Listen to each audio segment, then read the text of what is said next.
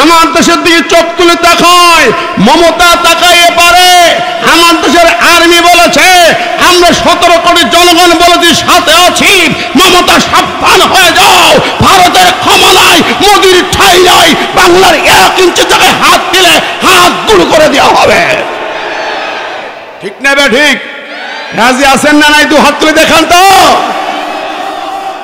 নবীজি যখন বিদায় নিচ্ছেন, আজরাইল হাজির, মালাকুল মউত দুয়ারে, বাবে জিবরিল গেটের বাইরে মালাকুল মউত, ভিতরে হযরতে জিবরাইল ঢুকলেন নবীর কাছে। ইয়া রাসূলুল্লাহ, আজকে একজন মেহমান এসেছে নতুন, অনুমতি দিলে প্রবেশ করবে, নইলে চলে যাবে। আপনি কি অনুমতি দিবেন? নবীজি বুঝতে পেরেছেন কে সেই মেহমান, বুঝতে বাকি নেই। বলে হ্যাঁ, অনুমতি দিতে পারে জিবরিল। একটা শর্ত আছে। কি শর্ত? শর্ত হলো আমি তো চলে যাব, আমার প্রভুর ডাকে সাড়া দিয়া, ও জিবরিল, আমি জানতে চাই আমি চলে যাবার পরে আমার উম্মতের দেখাশোনা করবেন কে? এক পাশে ফাতিমা কাঁদে, এক পাশে হাসান হোসেন কাঁদে, আর আয়েশার কোলে মাথা রেখে নবীজি শুয়ে আছেন। নবীজি, আমরা দুনিয়ার যত নেতা গোতা হোতা, তারা চিন্তা করে আমার সন্তানটা কে দেখবে, আমার মেয়েটারে কে দেখবে, আমার স্ত্রীকে কে দেখবে। ঠিক না বে ঠিক? কথা বলেন। দুনিয়ার দেখলাম নেতা নেত্রী পালায়া যায়, ছেলে বোন ভাগ্না ভাগ্নি পালায়া যায়, জনগণ এতিম বানায়া চইলা যায়। দেখেন নাই? কতক্ষণ দেখেন? কোথায় জনগণ হিসাব করে নাকি? আল্লাহর নবী আয়েশার কথা জিজ্ঞাসা করলো না, বললো না। ফাতিমার কথা বলে না। হাসান হোসেনকে দেখবে, কে দেখবে তা বলেন না, জানতে চান না। শুধু বললেন জিবরিল, আমার উম্মতের দেখাশোনা কে করবে বল? আহা, এমন দরদি নেতা দুনিয়া আছে নাকি ভাই? জরিবান আছে? আমার ভাইয়েরা, সেই নবীজি প্রশ্ন করলেন, জিবরাইল জানাইল, ও নবী, আপনার রব মালিক বললেন আমার হাবিবকে বলে দাও আমার উম্মতের জিম্মাদার, তোমার উম্মতের জিম্মাদার সরাসরি আল্লাহ পাক নিজে গ্রহণ করেছে। তো জোরে বলা যাবে নাকি সুবহানাল্লাহ?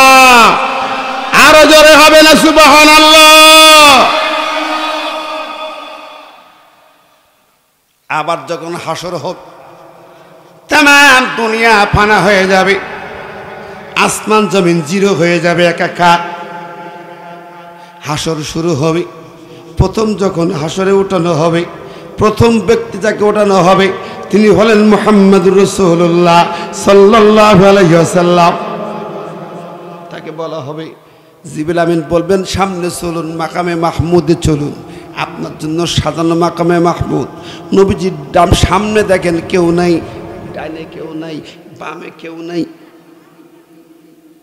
জনমানব শূন্য, কেউ নেই। বিশ্বনবী বললেন, জিবরিল, কোনো মানুষ দেখি না, আমার উম্মতকে তো দেখি না, কি হলো? সব কি জাহান্নামে ভরে দিয়েছ নাকি? আমি যাব না জিবরিল, যাব না, মাকামে মাহমুদে বসবো না। আমি জানতে চাই আইনা উম্মতি।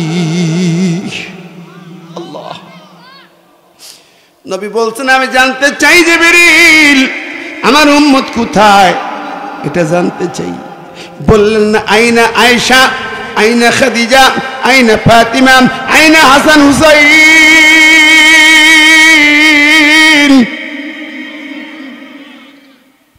প্রিয় হাবিব, এই প্রিয়জনদের খোঁজ নিলেন না, প্রশ্ন করলেন না ওরা কোথায়। প্রশ্ন একটাই, জিবরিল আইনা উম্মতি, আমার উম্মত কোথায় বলো। পৃথিবীর কোন নেতা কি সেদিন এরকম জানতে চাইবে? কোন নেতা কি তার দলবলের খোঁজ নেবে? না সবাই পালাবে? ইয়াউমা ইয়াফিদ্দুল মারউ মিন আখিহি ওয়া উম্মিহি ওয়া আবিহি ওয়া সাহিবাতিহি ওয়া বানি।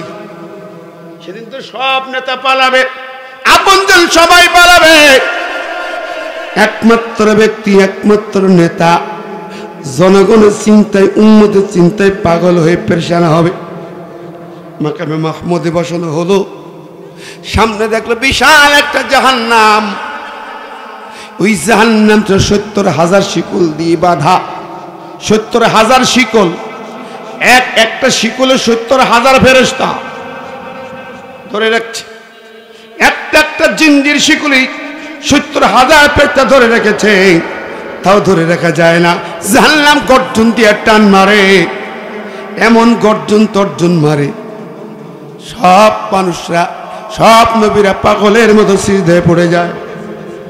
এমনকি জিবরিল আমিন আল্লাহ পাকে আরশের গুড়া ধরে কাঁদবে, আল্লাহ নাজ্জিনি মিনান নার। হযরত জিবরিল বলবে, আল্লাহ এই জাহান্নাম থেকে আমাকে বাঁচাও। জিবরাইল বলবে বাঁচাও। বিশ্বনবী সঙ্গে সঙ্গে সিজদায় পড়ে যাবে। সিজদায় পড়ে নবীজি কাঁদতে থাকবেন, আল্লাহ গো, মালিক গো, তুমি তো আমাকে একটা অধিকারে দিয়েছিলে, লিকুল্লি নবীন দাওয়াতুন কদ দাআ বিহা ফি উম্মতিহি ওয়া ইন্নী ইখতিবাতু দাওয়াতি শাফাতিল উম্মতি ইয়াউমাল কিয়ামা। নবীজি মুসলিম শরীফে জানিয়ে গেছেন হাদিসে, প্রত্যেক নবীকে দুনিয়ার আল্লাহ অধিকার দিয়েছে একটা দোয়া, দাওয়াতে মুস্তাজাবা, উম্মতের জন্য দোয়া করলে কবুল হয়। আমার নবী বলেন, আমি আমার অধিকারটা দুনিয়া আদায় করলাম না, মার খাইলাম, রক্ত ঝরলাম, তাই বেহুশ হলাম, কাবার সামনে গলায় রশি দিয়ে ফাঁসি দিল ওরা, বেহুশ হয়ে পড়ে গেলাম। আমি রক্তাক্ত নবী, উহুদের মনে দাঁত ভাঙলো, বেহুশ হয়ে গেলাম, মাথা ফাটলো। তারপরেও আমার উম্মতের জন্য আমি কোনো কিছু গজব চাই নাই, আযাব চাই নাই, হিদায়াতের দোয়া করতাম। আল্লাহ গো, আমার সেই অধিকারটা ইখতিবাতু দাওয়াতি স্থগিত করে রেখেছি। এই কিয়ামতের ময়দানে মুসিবতের দিন আমার উম্মতকে সুপারিশ করে জান্নাতে নিতে চাই। আল্লাহু আকবার। আল্লাহ রে, আমার একটা উম্মত থাকতে আমি তোমার জান্নাতে যাব না, আর আমার একটা উম্মতকেও তোমার এই জাহান্নামে যাইতে দেব না।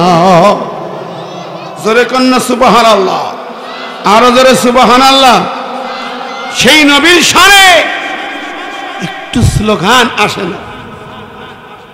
দুনিয়ার পচা পচা নেতা, ওরে স্লোগান, মাটি কেঁপে যায়, আকাশ কেঁপে যায়, ঠিক না ঠিক? কারণ আমরা নবীকে নবী বলে স্বীকার করি, কিন্তু তার নবুয়তের হক আদায় করতে রাজি না। নবীকে নবী মানি, নেতা মানি না। নবীকে নবী বলি, তার নীতিমালা মানি না। কতক্ষণ ঠিক না ঠিক? প্যারে হাজিরিন, আমরা এই জমিনে বহু দেখেছি, আমার নবীর আদর্শের বাইরে দুনিয়ার কোন আদর্শে মানুষের মুক্তি আছে? জর্জ বার্নার্ড বলে গেছেন কি জানেন? এই পৃথিবীর চলমান 20 শতাব্দীর সেরা দার্শনিক, খ্রিস্টিয়ান দার্শনিক, উনি বলেছেন, if all the world was united under a leader, then Muhammad sallallahu alaihi wasallam would have been the best man to lead the people of various careers, domains, ideas to peace and happiness. বলেছেন, গোটা পৃথিবী অশান্তির দাবানলে চলছে। আজকেও প্রত্যেকের report দেখেন, আমেরিকার ক্যালিফোর্নিয়ার দাবানলে মানুষ মারা যাচ্ছে। তাম পৃথিবী দাবানলে জ্বলে, অশান্তির আগুনে জ্বলে, শান্তি নাই কোথাও। এই পৃথিবীকে যদি শান্তিময় করতে হয়, একজন নেতার অধীনে পৃথিবী চলবে, জাতিসংঘ চলবে, আমেরিকা চলবে, সব রাষ্ট্র চলবে এক নেতার একটা নীতিতে। সেই যোগ্য নেতা, যার নীতিতে শান্তি আসতে পারে, তিনি হলেন মুহাম্মদুর রাসূলুল্লাহ। ঠিক না বে ঠিক? আর কোন নেতা আছে? জোরে বলেন, আছে? আমার নেতা, তোমার নেতা। জোর হলো না, নারায়ে তাকবীর। আমার নেতা, তোমার নেতা। আল্লাহু আকবার। কিছুটা হইল, একটু খুশি হলো। আসেন, আপনাদের এই মাহফিল তাফসিরুল কোরআন মাহফিল নাকি? কোরআনের তাফসির হয় তো? তাফসির প্রতিদিন শোনেন? এই 18 বছর না 14 বছর? গতকাল 2 জন বরেণ্য মেহমান তাফসির করেছেন, আমার জানা অত্যন্ত প্রতিভাবান আলেম দিন, হাজরতুল আল্লাহ মাওলানা আব্দুল মান্নান আনসারী ঢাকা নারায়ণগঞ্জ, আর হযরত মাওলানা ভাইস প্রিন্সিপাল মোহতারাম মুহাদ্দিস মাওলানা মোহাম্মদ জাকারিয়া সাহেব বিদগ্ধ তাফসির করে। ওনারা 2 জন কোন কোন সূরা থেকে তাফসির করেছেন কালকে? একজন সূরা কাহাফ, না জাকারিয়া ভাই নাকি? আর আনসারী সাহেব সূরা মুমিনুন, ওই যে একজন কইছে। মনে থাকে না, তাই না? সবাই কত রাত 1টা পর্যন্ত তাফসির শুনলে মনে থাকে। আজকে আমার আবু হাসান বাইনি বড় আলেম, ফাজিল মাদ্রাসার অ্যাসিস্ট্যান্ট প্রফেসর, উনি কোন সূরা তাফসির করেছেন? সূরা তওবা। তওবা শিখছেন তো নাকি? তওবা কারে বলে? আস্তাগফিরুল্লাহ রাব্বি মিন কুল্লি যামবি ওয়া আতুবু ইলাইহি, এটার নাম তওবা। এক অফিসার বলছে, সারা রাত ভোট কাটলাম, আমি তো নামাজি মানুষ, নামাজে যাওয়ার সময় চিন্তা করে তওবা পড়ি নিতে পড়লাম, আস্তাগফিরুল্লাহ 100 বার পড়লাম। 100 বার আস্তাগফিরুল্লাহ পড়ি ফজরের নামাজে গেলাম। আচ্ছা কন তওবা হয়েছে? হয়েছে কন? হয়নি। কারণ তুমি যে হক নষ্ট করছো, সেই হকটা ফিরায় দেনে দিয়ে তওবা হবে না। তওবার শর্ত 5টা, ভাইজান তো বলে গেছে। যাক আমি সেদিকে যাব না। আপনার শিখেছেন তওবা, খালেস তওবা, অনুতপ্ত হয়ে ক্ষমা প্রার্থনা করে ভবিষ্যতে এই পাপ না করার অঙ্গীকার করা, যার হক নষ্ট করে তার হক ফিরিয়ে দিলে পরে তওবা, নইলে হবে না। যাক সে কথা নয়, আমি আলোচনা করবো আজকের প্রথম দিকে ঐতিহাসিক সূরা সূরা বাকারা থেকে একটা আয়াত পড়েছি। কোন সূরা? সূরা আল বাকারা 38 নম্বর আয়াতটা পড়েছি। আমি এই সূরা থেকে তো কিছু তাফসীর আনতে চাই, আপনারা শুনবেন তো? মন খারাপ করবেন না তো? কোরআনের তাফসীর হবে। কোরআনের আলোচনার সময় ইজা কুরিয়াল কোরআন ফাসতামিলু ওয়ানসিতু লাআল্লাকুম তুরহামুন, আলোচনা শুনতে হবে, উঠা বসা চলাফেরা করা যাবে না। রাজি আছেন তো? রাজি আছেন তো? কোরআনের মজলিসে যারা ঢুকেছেন, রাস্তায় যারা আছেন, এবং রাস্তায় থাকবেন না। রাস্তা হলো শয়তানের অফিস। রাস্তা কার অফিস? আচ্ছা শয়তানের বাড়ি কোথায় জানেন? শয়তানের রাজপ্রাসাদ কোথায়? যেই রাজপ্রাসাদে শয়তান থাকে, টয়লেট। টয়লেট হলো শয়তানের ঘর, আর রাস্তা হলো শয়তানের অফিস। কোরআনে আল্লাহ বলছে শয়তান রাস্তায় কি করে জানেন? আজকে কি করছে? ক্বালা ফাবিমা আগওয়াইতানি লাআকউদান্না লাহুম সিরাতাকাল মুস্তাকিম। আল্লাহর কাছ থেকে অনুমতি নিয়েছে আল্লাহ, যে আদমের জন্য আমি পথভ্রষ্ট হলাম, আমি রাস্তায় রাস্তায় বসে থাকবো, আদম সন্তানদেরকে তোমার পথে চলতে দেব না। আমি ধরে নিয়ে যাব, আমি কাঁধে করে নিয়ে যাব, হ্যান্ডকাপ পরে নিয়ে যাব। কোরআন বলে আমাইয়া আশুআন যিকরির রহমান নুকাইয়িদ লাহু শাইতানান ফাহুয়া লাহু করিন, সূরা যুখরুফের 43 নম্বর আয়াত। শয়তান রাস্তায় বসে থাকে, পরের মাহফিল থেকে সেই লোকটা উঠে রাস্তায় যায়, ওর গলা জড়ায় হাতে হ্যান্ডকাপ পরাইয়া দেয়, শয়তান গ্রেফতার করে নিয়ে যায়। তাহলে আজকে শয়তানের দলে কেউ যাব? ঠিক আছে না নাই? আরেকটা সূরা তাহর আয়াত, ওমান আরাদা আন যিকরি ফাইন্না লাহু মাঈশাতান দানকা ওয়া নাহশুরুহু ইয়াওমাল কিয়ামাতি আমা। আমার কোরআনের আলোচনা থেকে যারা মুখ ঘুরায় চলে যায়, আল্লাহ কয় 2টা ক্ষতি। 1 নম্বর দুনিয়ার জীবন হবে সংকীর্ণ, 2 নম্বরে হাসরের মাঠে আমি তাকে কানা করে অন্ধ করে উঠাবো। কি হয়ে উঠবে? কানা, অন্ধ, কানা। সাবধান, রাস্তায় যারা আছেন বাড়ি গেলে কানা, শয়তানের বন্ধু হবে। কাজে আসুন 1টা ঘন্টা মেহরবানি করে আমরা কোরআন কারীম থেকে হক কথাগুলো শুনবো ইনশাআল্লাহ। আল্লাহ পাক কোরআন পাঠিয়েছেন, আপনার আমার দুনিয়ার সব সমস্যার সমাধান দিয়ে। জোরে বলেন সুবহান। সেই কোরআন থেকে কত শুনবে। কোন সূরা আলোচনা হবে? সূরাতুল বাকারা, একটা 286 বিশাল সূরা, প্রায় আড়াই পাড়ায় একটা সূরা, একটি অর্থ বলেছি। তা আমি বলতে চাই শুরুতে বাকারা কি? বাকারা মানে কি এই তো জানেন। বাকারা মানে দি কাউ, গাভী। গাভী নামে সূরা। এই গাভীর কোনো হাকিকাত আছে নাকি? হাকিকাত মারেফাত কিছু আছে? সূরার নাম আল্লাহ যে কোনো শব্দ দিয়ে করে, এখানেও তাই করেছেন। তবে একটু ছোট্ট কথা আছে। সূরা বাকারার মধ্যে 67 থেকে পরপর অনেকগুলো আয়াতে কারিমা।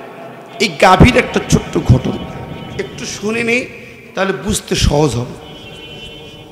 কারণ সে আয়াতের তাফসীর আল্লাহ বলেছে, তোমাদের কাছে আদমকে পাঠানোর সময় আল্লাহ ওয়াদা করলেন, যুগে যুগে তোমার সন্তানদের কাছে আমার পক্ষ থেকে হিদায়াত যাবে, বাণী যাবে, নীতিমালা যাবে। ওইটা যারা ফলো করবে তাদের কোনো ভয় টেনশন থাকবে না, জাগতিক সমস্যাও থাকবে না, সমাধান হবে, আখিরাতেও মুক্তি পাবে। তাহলে আমরা গাভীর ঘটনাটা একটু শুনে দেখি ওর ভিতরে কি আছে। শুনবো তো? মন খারাপ করছেন? এই জমিনে মুসা আলাইহিস সালামের জামানার ঘটনাটা। হযরত মুসার জামানায় এক অঞ্চলে, বিশাল আরব এরিয়ার একটা এলাকায় একটা খুন হল। এক বৃদ্ধ ধনাঢ্য ধনকুব, তাকে খুন করা হয়েছে। মূলত ওই লোকটা ছিল একটিমাত্র মেয়ে। তার ভাতিজা, ভাইয়ের ছেলে, ওই মেয়েকে বিয়ে করার প্রস্তাব দিছিল। চাচা রাজি হয়ে। এখন ওই যুগে তো ডিজিটাল যুগ না, অ্যানালগ যুগ। আমাদের যুগ যেমন, রাজি যদি না হয় বন্ধু তুমি এটা মাই করে নি পথের তো তুলে নিয়ে চলে যাবো নাকি বলেন? বাংলাদেশে যে দেখি, আবার ফোনে ডিজিটাল যুগ, হ্যালো বটতলে চলে গেল কথা কর। এই কাল চলতেছে। যুবকরা এমন কাম করিও না, তোমার দুনিয়া আখিরাত সব চলে যাবে, সাবধান। এখন ওই ভাতিরা চিন্তা করলো চাচা দেবে না, বোনকে বিয়ে করবে চাচা দেবুন, আবার চাচার অগাধ সম্পদের মালিক হওয়ার ধান্দা। তাই রাতের বেলা চাচাকে খুন করে ওই গ্রামের ঢুকতে মুখের কাছে প্রতিপক্ষ, চাচার প্রতিপক্ষ আর একটা গ্রুপ আছে, তারা এলাকার নেতা, সমাজের নেতা, নেতার বাড়ির সামনে লাশটা রেখে দিল। খুন করে এলাকার নেতার বাড়ির সামনে লাশ। সকাল হলে হইসই, কে মারলো, কি ব্যাপার, তোমরা মারছো, এই লোকটাকে মারলে কে? এমন সময় ভাতিজাও যেই দৌড়াইয়া চাচার বুকে পড়িয়া গলা জড়াই দিলে, কাঁচা হারে আমার চাচারে খুন করলো, আমার চাচার তোরা খুন করলি কে, আমি বিচার চাই।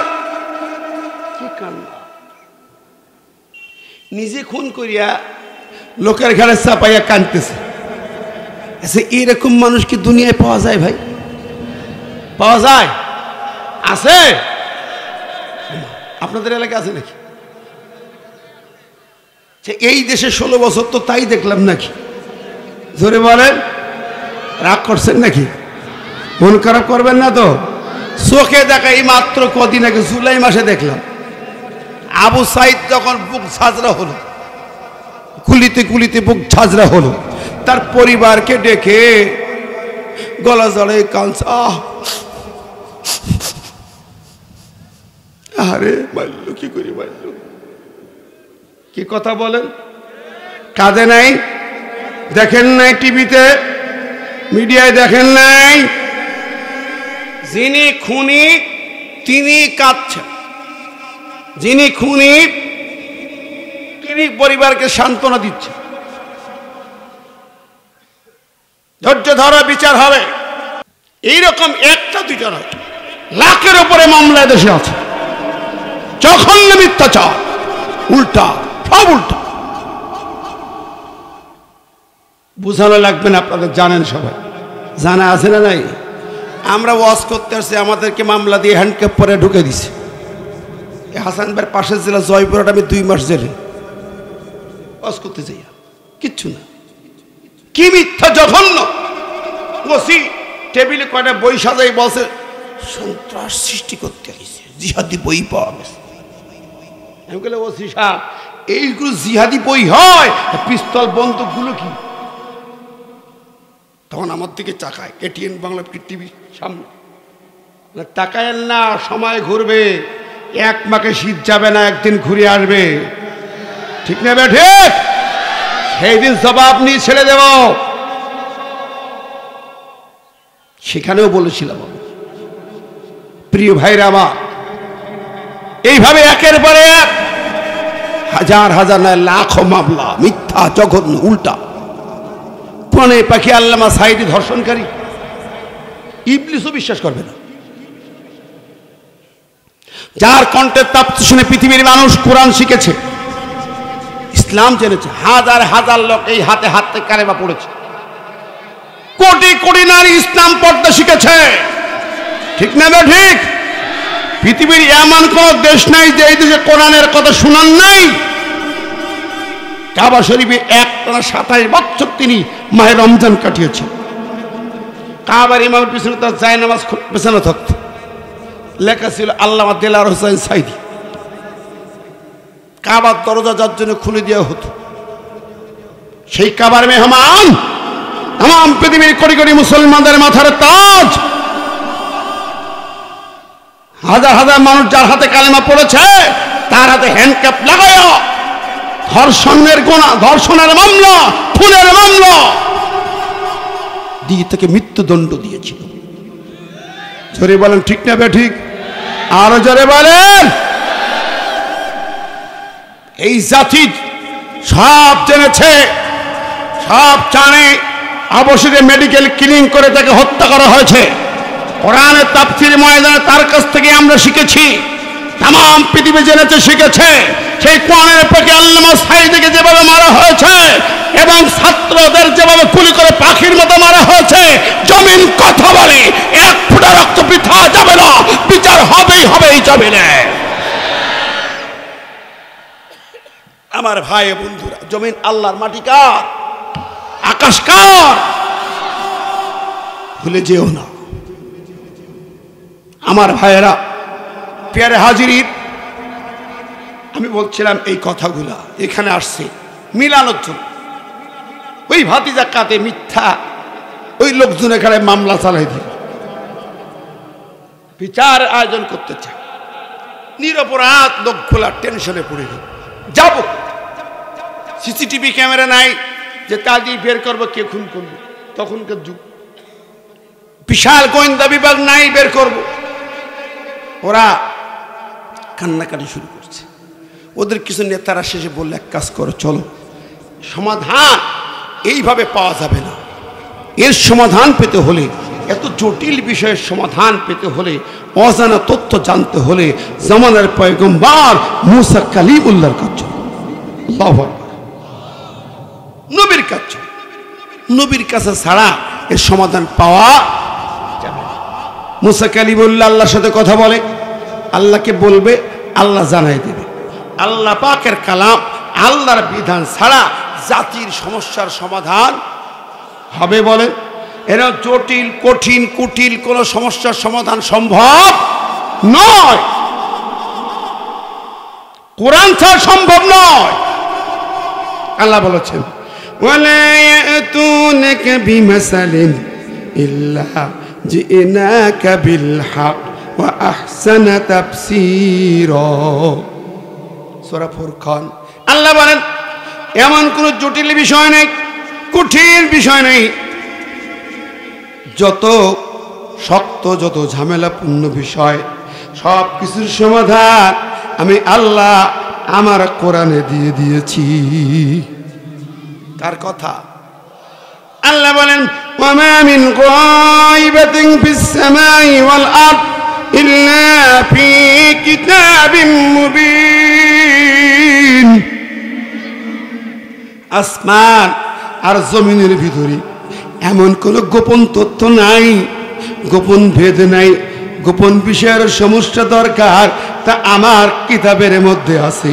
জোরে বলেন সুবহানাল্লাহ। মা ফাররাতনা ফিল কিতাবি মিন শাই, যা দরকার মানুষের সব দিয়েছি কোরআনে। ব্যক্তিনীতি, পরিবার নীতি, সমাজ নীতি, রাষ্ট্রনীতি, আইন আদালত, সংসদ, গণভবন, সচিবালয় চালাবে, যা দরকার আমি আল্লাহ আমার কিতাবের ভিতরে দিয়ে দিয়েছি। জোরে কান সুবহানাল্লাহ। ওই লোকজনগুলো গেল মুসার কাছে, আল্লাহর কাছ থেকে সমাধান চাই। দুনিয়ার আজকের দুনিয়ায় যত সমাধান চান কোরআন ছাড়া হবে না, এখনো হবে না। আমার দেশে 54 বছর শাসন দেখলাম, কত কিছু দেখলাম রে ভাই। সমাধান যদি পেতে চান আসতে হবে আল্লাহর কালামের কাছে, ঠিক কিনা? এখন আমার কথা বুঝতে অসুবিধা হয় ভাই।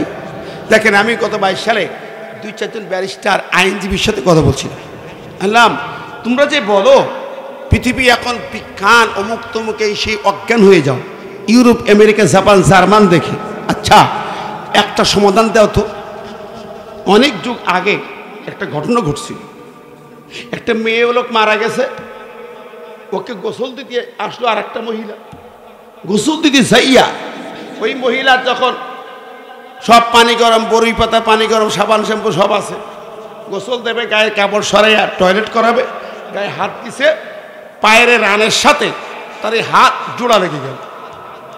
এই রানের সাথে হাত জোড়া লেগে গেছে, পুরা একেবারে ফিটিং জোড়া, তাই না? ছাড়ানো যায় 10, 20, 50 জন মহিলা সবাই মিলে হাত ছাড়াতে পারে। মহামুসিবত। সারা দিন পার হয়ে গেল, হাত ছাড়ানো গেল, সব চেষ্টা শেষ। এখন মহামুসিবত। এক কাজী ডাকলো, কাজী বলল এ জীবন্ত মহিলা হাত গোছার থেকে কেটে দাও, কবজি থেকে, সমাধান হয়ে যায়। ওর স্বামী সন্তানরা বলছে ন, আমরা আসছি তোমাদের উপকার করতে, আমাদের হাত কাটতে দেব। দ্বন্দ্ব বাড়ল। বড় কাজী আনলো, ডিস্ট্রিক্ট কাজী। সে কাজী এসে বলো, জীবন্ত লোকটা ভালো থাক, মরা লোকটা তো মরিয়ে গেছে, তো কবরই দিয়ে পোকায় খাবে বা মাটির সাথে মিশে যাবে। তো ওরে রানে যে জায়গায় জোড়া লাগছে ওই জায়গায় চামড়ার গোস্তটা কেটে নাও, হাতটা ছাড়াই দাও, ওকে দাফন করে দাও। যে মহিলা মারা গেছে ওর স্বামী সন্তানরা কয় মাথা খারাপ, আমার বিবি কত ভালো মানুষ, তাহাজ্জুদ গুজার মানুষ, এরকম ভালো মহিলা এই গ্রামে নেই, সমাজে নেই। কাজেই তার মরার পরে ওর গায়ে চামড়া গোস্ত কাটবে, আমি কাটতে দেব না। দুইটা রায় ফের। এখন জনগণ দিশেহার। আমি বলে ব্যারিস্টার সাহেব, ব্রিটিশ ল, আমেরিকান ল, চায়না ল, দিল্লি ল, জাপানি ল, জার্মানি ল, সব আইনের বই খুশি, দেখো তো এর কি সমাধান করা যায়, একটা সমাধান বের করো। বলছে এ তো জটিল ব্যাপার, এত আইনের পাতা দিয়ে পাওয়া যাবে না তো। পৃথিবীর ল যেখানে ফেল, আল্লাহর ল, কোরআনের আইন সেখানে শুরু, ঠিক না বে ঠিক? জোরে বলেন। বন্ধুরা, আমি সুযোগ আসলেও কত পরে যাচ্ছি, আমার তাফসীরের মূল লাইনটা হারাই গেলে হবে। জটিল সমস্যার সমাধান। ওই খুনি বুড়া, খুন হয়েছে বুড়া, কে খুন করেছে তার বের করতে হবে। কোথায় গেলে পাওয়া যাবে? জমানার পয়গম্বর মুসার কাছে পাওয়া যাবে, আল্লাহর কাছে পাওয়া যাবে। জোরে বলেন সুবহানাল্লাহ। ওরা চলে গেলেন। ও মুসা, আমাদের এই ঘটনা দুর্ঘটনা, কে খুনি? তুমি তো নবী, আল্লাহর কাছ থেকে জেনে বলে দাও। আসো, তুমি পারবে সমাধান করতে, তুমি যে নবী, আল্লাহর সাথে কথা বলো। আমরা তো এই পৃথিবীর ওই প্রান্ত থেকে তোমার কাছে চলে এলাম, তুমি ব্যবস্থা নাও। মুসা শুনলেন, শুনে বুঝে আল্লাহর কাছে কথা বললেন। নবীরা কথা বলে কার সাথে? বিচার যখন আসে, আমার দেশের বিচারকেরা, মেম্বার, চেয়ারম্যান, জজ, যারা বিচারক মনের খুশি মতো বিচার করে, ঠিক না বেটি? আমি ছোট্টবেলায় দেখেছি, আমার বাবা মেম্বার ছিলেন 32 বছর, আমাদের বৈঠকখানে কত বিচার দেখেছি। চুরি করেছে 2-4টা লাঠির বাড়ি দিয়া 500 টাকা জরিমানা করলে চলে যা। জিনা করেছে তার বিচার দেখেছি। ওই যে পাঠের কাঠি 10টা কাঠি রশি দিয়ে বেঁধে 100টা বাড়ি মারবে, 10টা ঠুক করে মারল, 10টা লাঠি দি একসাথে 10 টাকা 10 100 যাও ওদের বিয়ে পড়াই দাও, হয়ে গেল বিচার। আমি দেখেছি আমার বাবার বিচার। আমি যখন মাদ্রাসায় পড়ি, ইসলামের সংগঠনে আসলাম, কোরআন বুঝতে শিখলাম, বাবাকে বললাম, বাবা এই বিচারগুলো করছেন কত ভুল, এই তো যুগ যুগ ধরে এই বিচারই হয়, বাপ দাদার আইন থেকেই বিচার হয়, তোর দাদা বিচার করছে, আমার দাদা বিচার করছে এইভাবে। আমি কইলাম, আব্বা জান, কোরআন বলে ওমাল্লাম ইয়াহকুম বিমা আনজালাল্লাহ ফাউলাইকা হুমুল কাফিরুন। আল্লাহর আইনে যারা বিচার করে না, মন গড়া বিচার করে, ওরা হলো কাফের। ওরা কি? জোরে বলেন নাকি? আরো জোরে বলেন কি? আল্লাহ ফতোয়া দিছে, আমি ভালো মুসলমান বললে হবে? আমার দেশের আইন আদালতে বিচার হয় কার আইন দিয়া? আল্লাহর আইনে কি বিচার হয়? জোরে কোন হয়? যারা বিচার করে, যারা আইন তৈরি করে, যারা সরকার কোরআন দিয়ে আইন বানানো বিচার করে, তারা সব হলো কাফের। কার ফতোয়া? আরো জোরে কোন? বন্ধুরা, আমার বাবা তওবা পড়লেন, দুনিয়ার জাগতিক কাজ কাম ছেড়ে দিলেন, পরে 84 সালে আর মেম্বারিতে দাঁড়ালেন। এই আমার করব না ভাই বন্ধুরা আমার। আমি এই জন্য বলতে চাই, কোরআন আল্লাহর কিতাব, আল্লাহ দিয়েছেন ইনিল হুকমু ইল্লা লিল্লাহ। আল্লাহ বলেছেন হুকুমত হবে আমার, জমিন আমার, আকাশ আমার, মানুষ আমার, রাষ্ট্র আমার, আইন চলবে কার? জোরে বলেন না কার? এইটা মুসলমান যে মানে না, সে মুসলমানই না। ঠিক না বে ঠিক? এই কথা যে মানে না, তার ইমানের কোনো দাম নাই, তার নামাজের ফলাফল 0, তার রোজা কবুল হবে না, হজ কবুল হবে না, যাকাত কবুল হবে না, দান সদকা কবুল হবে না, মসজিদ মাদ্রাসা কবুল হবে না, হবে না, হবে না, একটাও কবুল হবে না। শত শত আয়াত একটি শোনাই যায়, সূরা মুহাম্মদ 9 নম্বর আয়াত, যালিকা বিআন্নাহুম কারিহু মা আনজালাল্লাহ ফাআহবাতা আমালাহুম। আল্লাহ বলে, যারা এই কোরআনকে পছন্দ করে না, এই আইন পছন্দ করে না, কারিহু অপছন্দ করে, ফাআহবাতা আমালাহুম, আল্লাহ তাদের সব আমল নষ্ট করে দেন, সব আমল বাতিল করে দেন। চুপি দাড়ি তসবিহ তাহলিল মসজিদ মাতা নামাজ কালাম জিন্দেগি একটাও কবুল হবে না, সব বাতিল হয়ে যাবে। কে বলছেন? জোরে কন্যা কে?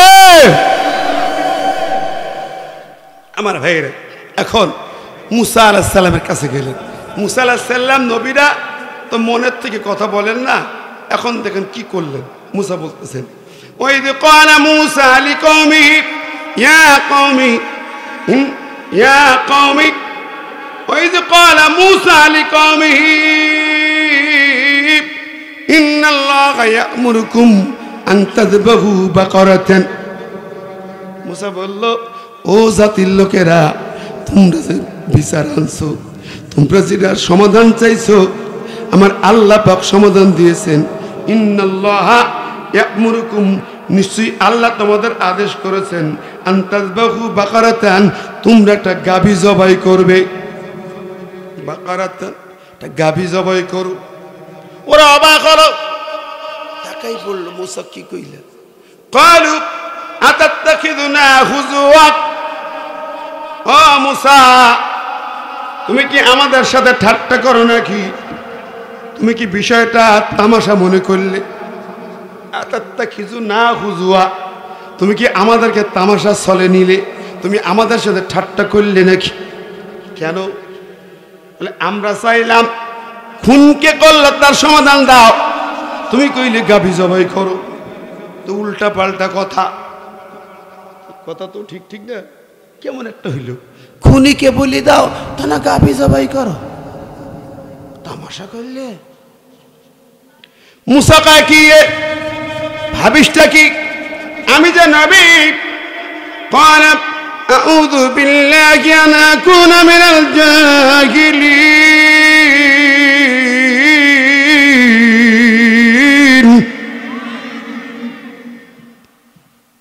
ردرتنا اللهم। আমার ভাইরা কি দরুদ একটু ভালো করে পড়ি, সবাই জবান খুলে পড়ি আল্লাহুম্মা সাল্লি আলা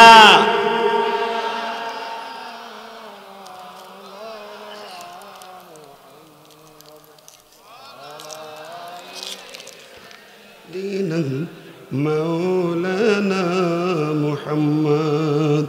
আমার ভাইরা মুসা বলেন, হ্যাঁ জাতির লোকেরা তোরা তো জাহেলের দল, চলে যাও, তোদের সাথে আমার কোনো কথা হবে না, আমি তোদের সাথে সম্পর্ক রাখা যাবে না, আমি তোদের থেকে আল্লাহর কাছে পানা চাই, আউযু বিল্লাহ, আমি আল্লাহর কাছে আশ্রয় চাই, আমি আকুনা মিনাল জাহিলিন, এই জাহেলদের দলে আমি হব না, যা চলে যা। মুসার আগে লোক জাহেলের দল, তোরা ভাবলি কি আমি নবী? আমি নবী ইচ্ছা মতো এরকম তামাশা করব? নবীরে কেরম তামাশা করে? কথা বলেন, নবী কারে বলে জানিস না তোরা? নবী কে? এনতিকু আনিল হাওয়া, নবীরা মনের থেকে কথা বলে না, ইন হুয়া ইল্লা ওয়াহয়ু ইউহা, নবীরা যা বলে তা ওহী। জোরে কোন সুবহানাল্লাহ। নবীরা ওহী ছাড়া কথা বলে না, ওহী ছাড়া মানেও না। ইন আত্তাবিউ ইল্লা মা ইউহা ইলাইয়া, নবী আল্লাহ যা ওই করে, নবীরা কদমে কদমে তাই মানে, অক্ষরে অক্ষরে তাই অনুসরণ করে, ঠিক না বেঠিক? নবী মানে কি? মেসেঞ্জার। নবী শব্দের অর্থ মেসেঞ্জার। নবী আরবি শব্দ, বাংলায় বাণী বাহক, বার্তা বাহক, ইংরেজিতে মেসেঞ্জার। এই যে ফোনে মেসেঞ্জার দেখেন না ভাই, মেসেঞ্জার আছে না আমরা চালাই? এ যুবকরা, ফেসবুক মেসেঞ্জার চালাও কারা কারা? আসো না নাই? আসো। আচ্ছা, মেসেঞ্জারে আমি একটা মেসেজ লিখলাম, আমি হয়তো বন্ধু বান্ধবীর কাছে, কি বান্ধবীর কাছে মেসেজ লেখে না? হ্যাঁ বেটা, আমারও একটা বান্ধবী আছে, আপন বান্ধবী, সেটা কে? স্ত্রী। সুবহানাল্লাহ, ঠিক না বেঠিক? ও মা, স্ত্রীকে বান্ধবী মনে করে না, মনে করে বাড়ির কর্মচারী। দাঁত খেঁচে বান্দরের মতো খেঁচা খেঁচে করে। আর বাইরে অফিসে গেলে অমুক কি কথা কর, এগুলো বান্দর। বিবাহিত স্ত্রী ছাড়া আর কারোর সাথে বান্ধবীগিরি চলবে? হারাম, হারাম, ঠিক না ঠিক? মা বোনরা কিছু আছে, স্বামী বিদেশে, এই ভাই সেই ভাই, নানাতি ভাই, খালাতি ভাই, চাকাতি ভাই, হ্যালো, হারাম, ঠিক না ঠিক? সাবধান। তো মেসেঞ্জার কি জন্য বললাম? মেসেঞ্জার, নবী শব্দের অর্থ মেসেঞ্জার। এই মেসেঞ্জারের শিক্ষা আছে। আমি মাহবুবের কাছে মেসেজ লিখব, আমি যা লিখবো ওরে একটা কমা পূর্ণচ্ছেদ বাদ দিই কি মেসেঞ্জার পাঠাবে? আমি যা লিখে সেন্ড করলাম তাই যাবে, ঠিক না ঠিক? একটা অক্ষর কম যাবে না, বেশি যাবে না। যা লিখলাম তার বাইরে যাবে? আবার উনি যখন পাঠাবে রিপ্লাই, উনি যা পাঠাবেন তাই, ঠিক না ঠিক? এই হলো মেসেঞ্জারের কাজ, মাঝখানে মেসেঞ্জার। নবী মেসেঞ্জার কিরকম? আল্লাহ জনগণ, মাঝখানে নবীরা মেসেঞ্জার। আল্লাহ যা মেসেজ দেয় নবীরা তা জানিয়ে দেয়, আবার জনগণ যা বলতে চায় নবীরা আল্লাহর কাছে সেগুলো জানায় দেয়। সরেগন সুবহানাল্লাহ। এই মাঝখান নবী যারা একটা কথা মনের থেকে বানায় বলে না। আমার নবীকে আল্লাহ শাসাইলেন কি দিয়া দেখেন? বিশ্ব নবী যাকে রহমতুল আলামিন বলা হয়েছে, আবার আল্লাহ পাক কোরআন দিয়ে তাকে শাসাইতেছেন। ওয়ালাউ তাকাওয়ালা আলাইনা বা'দাল আকাবিল লাআখাযনা মিনহু বিল ইয়ামিন সুম্মা লাকাতা'না মিনহুল ওয়াতিন। আল্লাহ সূরা হাক্কার মধ্যে শাসায়, নবী রে আমার কথার ভিতরে যদি একটি কথা ঢোকাও, একটি অক্ষর বানায়া দাও, আমি আল্লাহ তোমাকে ডান হাত দিয়ে গ্রেফতার করব, পাকড়াও করব, তোমার কণ্ঠ নালীটা আমি ছিঁড়ে নেব, কণ্ঠ নালী ছিঁড়ে নেব। কঠিন কথা। আল্লাহু আকবার। সেই নবীরা তামাশা করতে পারে না, ঠাট্টা করতে পারে না। এটা বিচার নিক জটিল সমস্যা নিয়ে মুসা বলে, ভেবে চিন্তি কথা বললি না। ওরা তখন মাপ চাই, মুসা মাফ করে দাও, ভুল হয়ে গেছে, আমরা বিপদে পড়ছি। আর যখন এরম বিপদে পড়ে মানুষের মাথায় কাজ করে না, কাজ করে মাথায় কাজ করে না। আমি ছোট্টবেলায় কোনে পাখির একটা বয়ান শুনছিলাম, উনি বলতেছিলেন একটা লোকের গরু হারাই গেছে, গরু হারাই গেছে, রাস্তায় গরু খুঁজতে দৌড়াচ্ছে। ছেলে স্কুল থেকে বাড়ি আসছে, বলছে আব্বা দৌড়াচ্ছ কেন? বলিস না ভাই, সে গরু হারাই গেছে। ছেলে বলছে বাবা তুমি না আমার বাবা, আমি তোমার খোকা। বলে আরে ভাই সাইড দে, গরু হারাই গেছে। কি আশ্চর্য। ছেলে বাড়ি বলছে মা আব্বার কি মাথা নষ্ট হয়ে গেছে? আমার ভাই বলিয়েছে। মা বিয়াদব ছেলে। তাই মা বাড়ি আসলে শোনো, বাড়ি এসেছে, ও খোকার আব্বা কি হয়েছে তোমার? তুমি নাকি খোকার ভাই বলি ডেকেছ। ও স্যার বলল না মা, মাথায় ঠিক নেই। বউটারে কি কয় মা, ছেলেরে কয় ভাই, বউরে কয় মা। মাথা কি ঠিক আছে? কথা কন বন্ধুরে। দিদি যখন ওপারে চলে গেছে, মোদি সহ সব মাথা খারাপ হয়ে গেছে। ঠিক নেবে ঠিক, মাথায় ওলট পালট বকে, চট করে আসবে, কখনো আবার অন্যতা কয়, কখনো কয় অমুক তমুক ইত্যাদি ইত্যাদি। আমি আর গেলাম না। মোদি বেটা মাথা খারাপ হয়ে গেল, বলল আলু পেঁয়াজ দেব না। আমাদের দেশের লিডারটাও একটু মদ্দা লোক, মাইয়ে লোক না, তো বলছে তোর আলু পেঁয়াজ নেব না। এখন পয়সিয়ে যাচ্ছে, রাস্তায় ফেলে দিচ্ছে। ঠিক নেবে ঠিক, রাস্তায় ফেলে যাচ্ছে। জনগণ মিছিল করছে, মোদি দেশ বাঁচা, ব্যবসা বাঁচা। পার্লামেন্টে এমপি করছে মোদি তোর দিদিকে তালাক দিয়ে পাঠাই দে। কথা কন, মাথা নষ্ট। ইস্কন দিয়া আমার দেশের অ্যাডভোকেট সাইফুল ইসলাম আলিফকে হত্যা করেছে। ইস্কন দিয়া ওদের নেতাগুলো দিয়া টঙ্গীর ময়দানে রক্তাক্ত করেছে। ঠিক না বেঠে? আমার দেশের দিকে চোখ তুলে তাকায়, মমতা তাকাইয়ে পারে। আমার দেশের আর্মি বলেছে আমরা 17 কোটি জনগণ বলেছি সাথে আছি, মমতা সাবধান হয়ে যাও, ভারতের ক্ষমতায় মোদির ঠাঁই নাই, বাংলার 1 ইঞ্চি জায়গায় হাত দিলে হাত দূর করে দেওয়া হবে। ঠিক না বে ঠিক? রাজি আছেন না নাই? 2 হাত তুলে দেখান তো। মাথা খারাপ তো বলছে মুসা আমাদের মাথা ঠিক নেই, তুমি মাফ করে দাও, তুমি বলো আমরা কি করব। তবে একটা কথা শোনো, ক্বালু দুউ লানা রাব্বাকা ইউবায়্যিন লানা মা হিয়া। মুসা রে একটু ভালো করে বিবরণ দাও, গরু যে জবাই করব তোমার আল্লাহকে বলো গরুটা কেমন হবে, গাভীটা কেমন হবে, হাজার হাজার গাভী, কোনটা জবাই করব। আল্লাহ কয় জানাই দে, ক্বালা ইন্না ইয়াকুল ইন্নাহা বাকারাতুল্লাহ ফারিদুন ওয়ালা বিকুন আওয়ানুম বাইনা যালিকা ফাফআলু মা তুমারুন। আল্লাহ বলে যাও যাও, গরু এমন হবে, গাভীটা একেবারে বুড়া হবে না, একেবারে বাচ্চা হবে না, মধ্যম বয়সী হবে। আল্লাহ কইছে যাও তাড়াতাড়ি জবাই করে দাও। ওরা আবার কয় মুসা আর একটু কথা, ক্বালু দুউ লানা রাব্বাকা ইউবায়্যিন লানা মা লাউনুহা। মুসা আল্লাহকে বলো ওই গাভীর রংটা কেমন হবে? বিভিন্ন রং, কালো, সাদা, লাল, হলুদ, কোনটা জবাই করব? হ্যাঁ, প্রশ্ন করে আর শর্ত বাড়ে। ক্বালা ইন্নাহু ইয়াকুলু ইন্না বাকারাতুন সাফরা ফাকিউল লাউনুহা তাসুরুন নাজিরিন।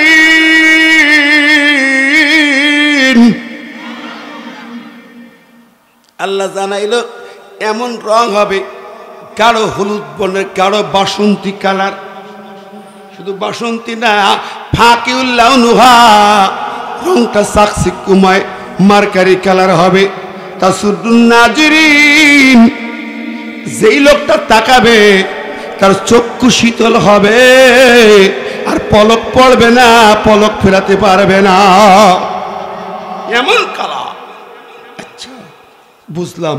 আবার প্রশ্ন কর, মুসা তা তো হচ্ছে না, ইন্নাল বাকারা তাশাবা আলাইনা, এরকম তো অনেক আছে, আর একটু ভালো করে বলো।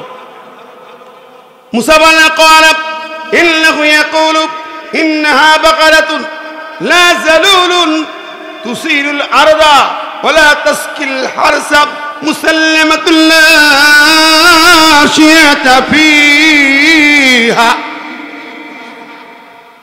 যাও, গাভীটা এমন হবে একেবারে কুমারী গাভী, কোনোদিন কোনো কাজে ব্যবহৃত হয়নি, বাচ্চা কাচ্চাও দেয়নি, ট্রান্সপোর্টে ব্যবহার হয়নি, চাষাবাদও করিনি, দুধ দান করিনি, কেউ টাচও করিনি, খাইয়া দেয়ার না দুষ্ণু দুষ হইয়াস। যাও এবার, কয় এবার হয়েছে, আমরা যাচ্ছি, আর দরকার নেই বাবা।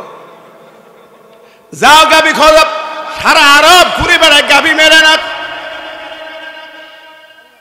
ঘুরতে ফিরতে ফিরতে চলে গেল এক জঙ্গলের ধারে। এক এতিম বালকের একটা গাভী আছে। ওই এতিম বালক, তার বাবা মারা যায়, সে তখন ছোট ছিল, পিচ্ছি একেবারে। আল্লাহর অলি মানুষ, ওর মা আল্লাহর অলি, ছেলেটাও ভালো। বলে গেল ওর মাকে, ছেলে যখন সাবালক হবে তখন গাভীর সন্ধান দেবে, অমুক জায়গায় আছে, নবীদের নাম ধরে ধরে ডাকবে, গাভী তার হাতে চলে আসবে, তার সংসারের সব অভাব চলে যাবে। এই ছেলেটাও এত ভালো, ও কি করে জানেন? ও দিনে 3 ভাগ করে সময়টা, 1 ভাগ সংসারে চালায়, 1 ভাগ মায়ের খেদমত করে, আর 1 ভাগ ইবাদত বন্দেগী করে। সুবহানাল্লাহ। ছোট্ট কিশোর বালক, এই আমাদের ছেলেরা যেরকম রাস্তায় রাস্তায় কালবাটে কালবাটে, আম গাছে গড়ায়, বাঁশ গাছে ঝাড়ে ফল, বুঝেন তো কি করে? Free fire. হ্যাঁ, এটা না, ওই ছেলের নামাজি, পরেশগার, আবার ওর যা আয় করে কষ্ট করে 3 ভাগ করে, 1 ভাগ সংসারে ব্যয় করে, আর 1 ভাগ মায়ের সেবায় ব্যয় করে, আর 1 ভাগ গরিব দুঃখীদের মাঝে দান করে। সুবহানাল্লাহ। আর মা যা বলে তাই শোনে। যাত্রী যাবেন, এমন সোনার ছেলে মায়ের অর্ডারে ভাইলেশন করে না। আমাদের দেশের যুবকরা আর ওরা পার্থক্য অনেক। মা এবার বলে দিল, খোকা যা, অমুক জায়গায় যা, আল্লাহর চারণ ভূমিটি, এরকম একটা গাভী তোর বাবা অক্ষ করে রেখে দিয়েছে, যেই যখন ইব্রাহিম নবী, ইসাক নবী, ইসমাইল নবীর নাম বলে ডাক দিবি, চলে আসবে। বাচ্চা গেল, ডাক দিল, গাভী তার হাতের কাছে চলে এলো। সুবহানাল্লাহ। ধরে নিয়ে আসছে, গাভী বলে পিঠে ওঠো, কষ্ট করে হাঁটার দরকার নেই। ও বলে না, উঠবো না, মা নিষেধ করেছে। আল্লাহু আকবার। বাড়ি এলে মা বলে যাও বিক্রি করে হাটে নিয়ে যাও। মা কত টাকায় বিক্রি করবো? মা বলে দিল 3 টাকা 3 দিনার। বাজারে গেল, একটা খরিদ্দার সে কয় দাম কত? 3 টাকা। কয় এত সুন্দর গাভী পছন্দ হয়েছে তোরে, 6 টাকা দেবো, তাড়াতাড়ি দে। ছেলে কয় না, বেচবো না।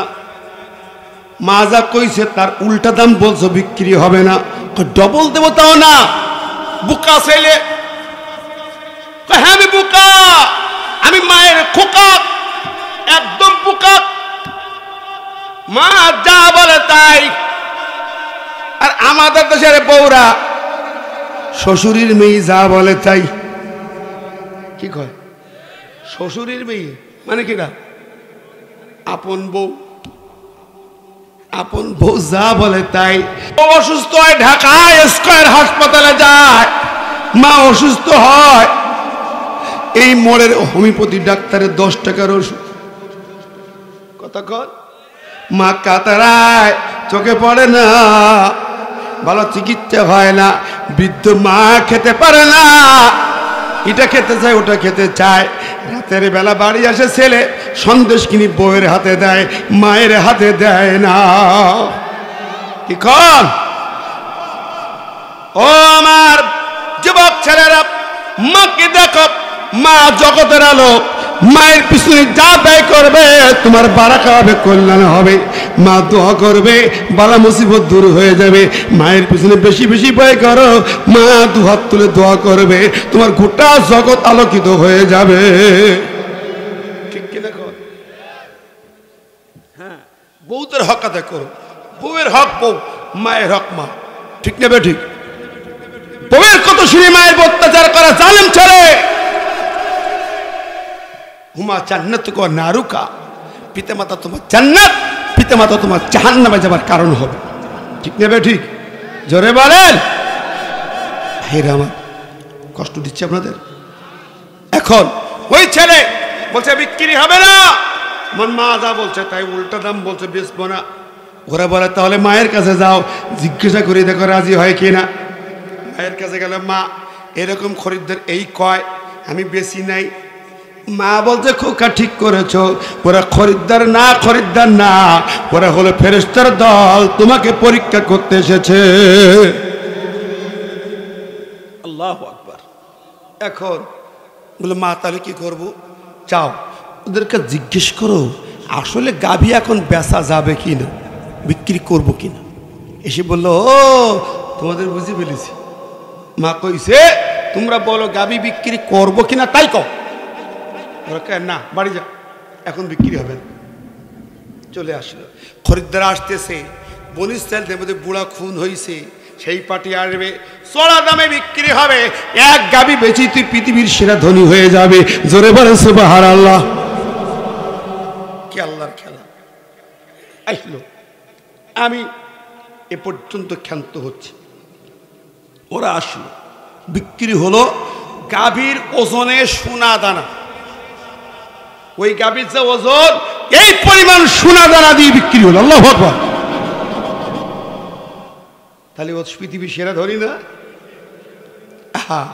চলে গেল গাভী নিয়ে। ওরা আল্লাহ জানিয়ে মুসা বলে দিয়েছে গাভী জবাই করা পরে ওর গায়ের এক টুকরা গোস্ত নিয়ে ওই খুন হওয়া চাচার গায়ে লাগাই দিবা। লাগানোর পরে হবে খেলা, চাচা জীবিত হয়ে বসে যাবে, ওকে জিজ্ঞাসা করবা, ওর নিজের মুখে বলে দেবে কে তাকে খুন করেছে। জোরে কোন সুবহানাল্লাহ। প্রমাণ নেবেন বর্তমান কালে, যেই না ওপর ওয়ালার পতন হয়েছে, এক ধাক্কায় ওপরে চলে গেছে। এখন দেখেন সব সিসিং ফাঁস, তথ্য সব ফাঁস। ঠিক নেবে ঠিক? কে কবে আয়না ঘরে কি চিন্তা করে ঢুকাইছে, কখন কোন জায়গায় পরিকল্পনা, কখন কোন রায় হবে, কোন মামলার কি রায় হবে, সব ওপরওয়ালা যা বলতো তাই হতো। ঠিক নেবে ঠিক? ওই প্রধান বিচারপতি কইছে সব যাদের ফাঁসি দেওয়া হয়েছে সব মিছে কথা, সব মিথ্যা ভাষিক, সব ভুয়া, সব অত্যাচার। আমার ভাইরা, এই জামিনী এত কষ্ট যন্ত্রণা দিয়েছে, আমার চোখে দেখা একজন আলেমের মুখে বুট জুতো দিয়ে লাথি মেরেছে ওসি। রিমান্ডে নিয়ে কত কষ্ট দিছি। উত্তরবঙ্গের একটি ছেলে, তাকে রিমান্ডে নিয়ে হাতের কাঁচা নখটা অফিসার কাটতেছে পিলাস দিয়া, পিলাস দিয়া কাটে। পিলাস দিয়া যখন নখ কাটে, আপনি নখ বেলেট দিয়ে কাটতে যাবেন, একটু কাঁচায় যদি দাগ পড়ে মনে কলিজা কেটে যায়। আহারে, ওই ছেলেটা হাফেজে কোরআন, পরে যখন জামিন পায় আমার বুকে মাথা রেখে কেঁদে কেঁদে বলে, হুজুর যখন একটা চাপ দেয় কাঁচানোকে প্লাস দিয়া, মনে হলে বুকটা চিরি কলিজা কাটতেছে। আমি বেহুশ হয়ে গেলাম। হুঁশ ফিরে ব্যবহার করে আবার কাটে, আবার বেহুশ হয়ে যাই। এরপরে বলে, হ্যাঁ যুবক, যদি তুমি ইসলামী দল ছেড়ে দাও তাহলে তোমাকে মুক্ত করে দেওয়া হবে, নইলে এভাবে নির্যাতন করা হবে। তুমি কি করলে? আমি তখন মনে পড়ে গেল বক্তব্য শুনেছি, আবু জেহেল তার নবীর 3 জন দাসকে গ্রেপ্তার করলেন। আম্মার ইবনে ইয়াসির, সুমাইয়া আর তার স্বামী ইয়াসিরকে গ্রেপ্তার করেছিল। নবীর সাহাবিয়া আম্মার, সুমাইয়ার ছেলে, যুবক ছেলে, তাকে গ্রেপ্তার করে 4 হাত 2 হাত 2 পায়ে 4টা শিকল বেঁধে, এরকম 4 খুঁটিতে 4টা শিকল বেঁধে ওকে উপর করে শোয়া পিঠের পরে হান্টার দিয়ে লোহা এবং চামড়া চাবুক দিয়ে পিটাইছে। সমস্ত পিঠ হাত পা ফেটে ফেটে রক্ত ঝরে গোটা জমিন লাল হয়ে গেছে। এরপরেও কালেমা ছাড়ে নাই। আরে ইতিহাসের পাতা নাই, হাদিসের পাতা আমার নবী বলেন, জীবন্ত মানুষ কি খুঁটির গায়ে গেঁথে ওই ইমসাত বিম আমসাতিল হাদিদ, খুঁটির গায়ে বেঁধে লোহার চিরুনি দিয়া গায়ের থেকে চামড়া গোস্ত ছাড়াচ্ছে। জীবন্ত মানুষের গায়ের চামড়া চলে, লোহার চিরুনি দিয়ে গোস্তগুলো আশ্রয়া আশ্রয়া হাড়ের গা থেকে সব চামড়া গোস্ত ছাড়াই ফেলে। আল্লাহর নবী বলেন, তারপরেও তারা কালেমা ছাড়ে না। আগুনের গর্ত খুঁড়ি আগুনের ভিতরে ফেলে 20,000 ইমানদারদেরকে আগুনে ফেলেছে। 20,000 সূরা বুরুজে পড়ে 20,000 ইমানদারকে আগুনে পোড়ানো হয়েছে। অবশেষে একটা মহিলাকে আনা হলো। একটা মহিলা কোলে একটা মাসুম বাচ্চা, 3 মাসের বাচ্চা, কথা বলার প্রশ্নই আসে না। মায়ের কোলে ওকে যখন আগুনে ফেলা হবে, কোলে বাচ্চা সহ আগুনের ধারে আগুনের লেলিহান শিখা দেখে মহিলা ভয় পেয়ে এক পা পিছনে আসছে, ভয় পেয়ে গেছে। কোলের বাচ্চা কি বলছে জানে? কোলের বাচ্চা বলছে, মা তুমি দেখছো এটা আগুন, আর আমি দেখছি এটা হলো জান্নাত। আল্লাহু আকবার। এই কথা বলার পরে মা এগিয়ে যায়, তাকায় দেখে, হ্যাঁ আগুন নয়, সব ইমানদাররা জান্নাতের মধ্যে ঢুকতেছে। জোরে বলেন সুবহানাল্লাহ। আমার ভাই বন্ধুরা, এরকম যন্ত্রণা দিয়ে পুরাইছি, তারপরে তারা ইমান ছাড়ে নাই। ঠিক না বেঠিক? কথা বলেন, জোরে বলেন। ওই যুবক বলে, আমি বললাম অফিসার রে, আমার একটা নখ নয়, একটা একটা করে যদি হাত পায়ের 20টা কাঁচা নখ কেটে কেটে নাও, আঙ্গুলগুলা গিরা থেকে কেটে কেটে নাও, আমার শরীর কেটে কেটে টুকরা টুকরা করে ফেলো, আমি আম্মারের মতো বলবো, মুহাম্মাদের দল আমি ছাড়বো না, ছাড়বো না, না না না। বাংলাদেশের যুবক, ওর মাকে ডেকে আনা হয়েছে। মা এসেছে, অফিসার বলে, শোনে আপনি ওর মা কেঁদে কেঁদে চোখ ভাসাচ্ছে, রুমাল দিয়ে মোছে। ওসি সাহেব ডেকে তার কক্ষে অফিসে নিয়ে বলে, মা আপনি ধৈর্য ধরুন, কোনো টেনশন নেই, আপনি ছেলেকে ইসলামের দল থেকে নিয়ে আসেন, ওকে ছেড়ে দেওয়া হবে। মা বলে, অফিসার কে তুই? তুই তো আবু জেহেলের পেতর তো, আমি কে চিনিস না? আমি সেই সুমাইয়ার উত্তরসূরি মা। ওই আম্মারকে যখন মারে, সুমাইয়াকে আবু জেহেল ডেকে আনে। আবু জেহেল সুমাইয়াকে এনে বলে, সুমাইয়া ওকে মুহাম্মাদের দল থেকে ফিরে আলো, ছেলেটা বাঁচাও, যুবক ছেলে বাঁচাও। পৃথিবীর কোনো মা কি সহ্য করবে নাকি? সব মারা হাত পা জলাই ধরবে, ঠিক আছে, ঠিক না বেটি? কথা বলেন। ওই মা কেমন মা? সুমাইয়া চোখের পানি মুছে নিয়ে আম্মার মাথায় হাত থেকে বলে, বাবা আম্মা, তুই যেই কালেমা ধরেছিস ভুলিস না। তোকে যদি কেটে কেটে কেটে কেটে টুকরা টুকরা করে ফেলে খোকা, মুহাম্মাদের দল ছাড়া যাবে না। জোরে কন্যা সুবহানাল্লাহ, আরো জোরে কর। হযরত সুমাইয়া গ্রেফতার হলো। আবু জেহেল তাকে রশি দিয়ে বেঁধে বেঁধে বেঁধে পিঠায় আঘাত করে, বিভিন্নভাবে পিঠায়, রক্ত ঝরে যায়, জমিন লালে লালে হয়ে যায়। তারপরে সুমাইয়া মাথা নত করে না। সুমাইয়া বলে, আবু জেহেল রে, আমি মুহাম্মাদের দলের কর্মী, আমি মুহাম্মাদের নির্ভীক কর্মী, আমি মুহাম্মাদকে পড়তে শুনি। মুহাম্মদ পড়ে, আল্লাহুম্মা ইন্নী আসআলুকা শাহাদা। আল্লাহু আকবার। আহা আল্লাহ,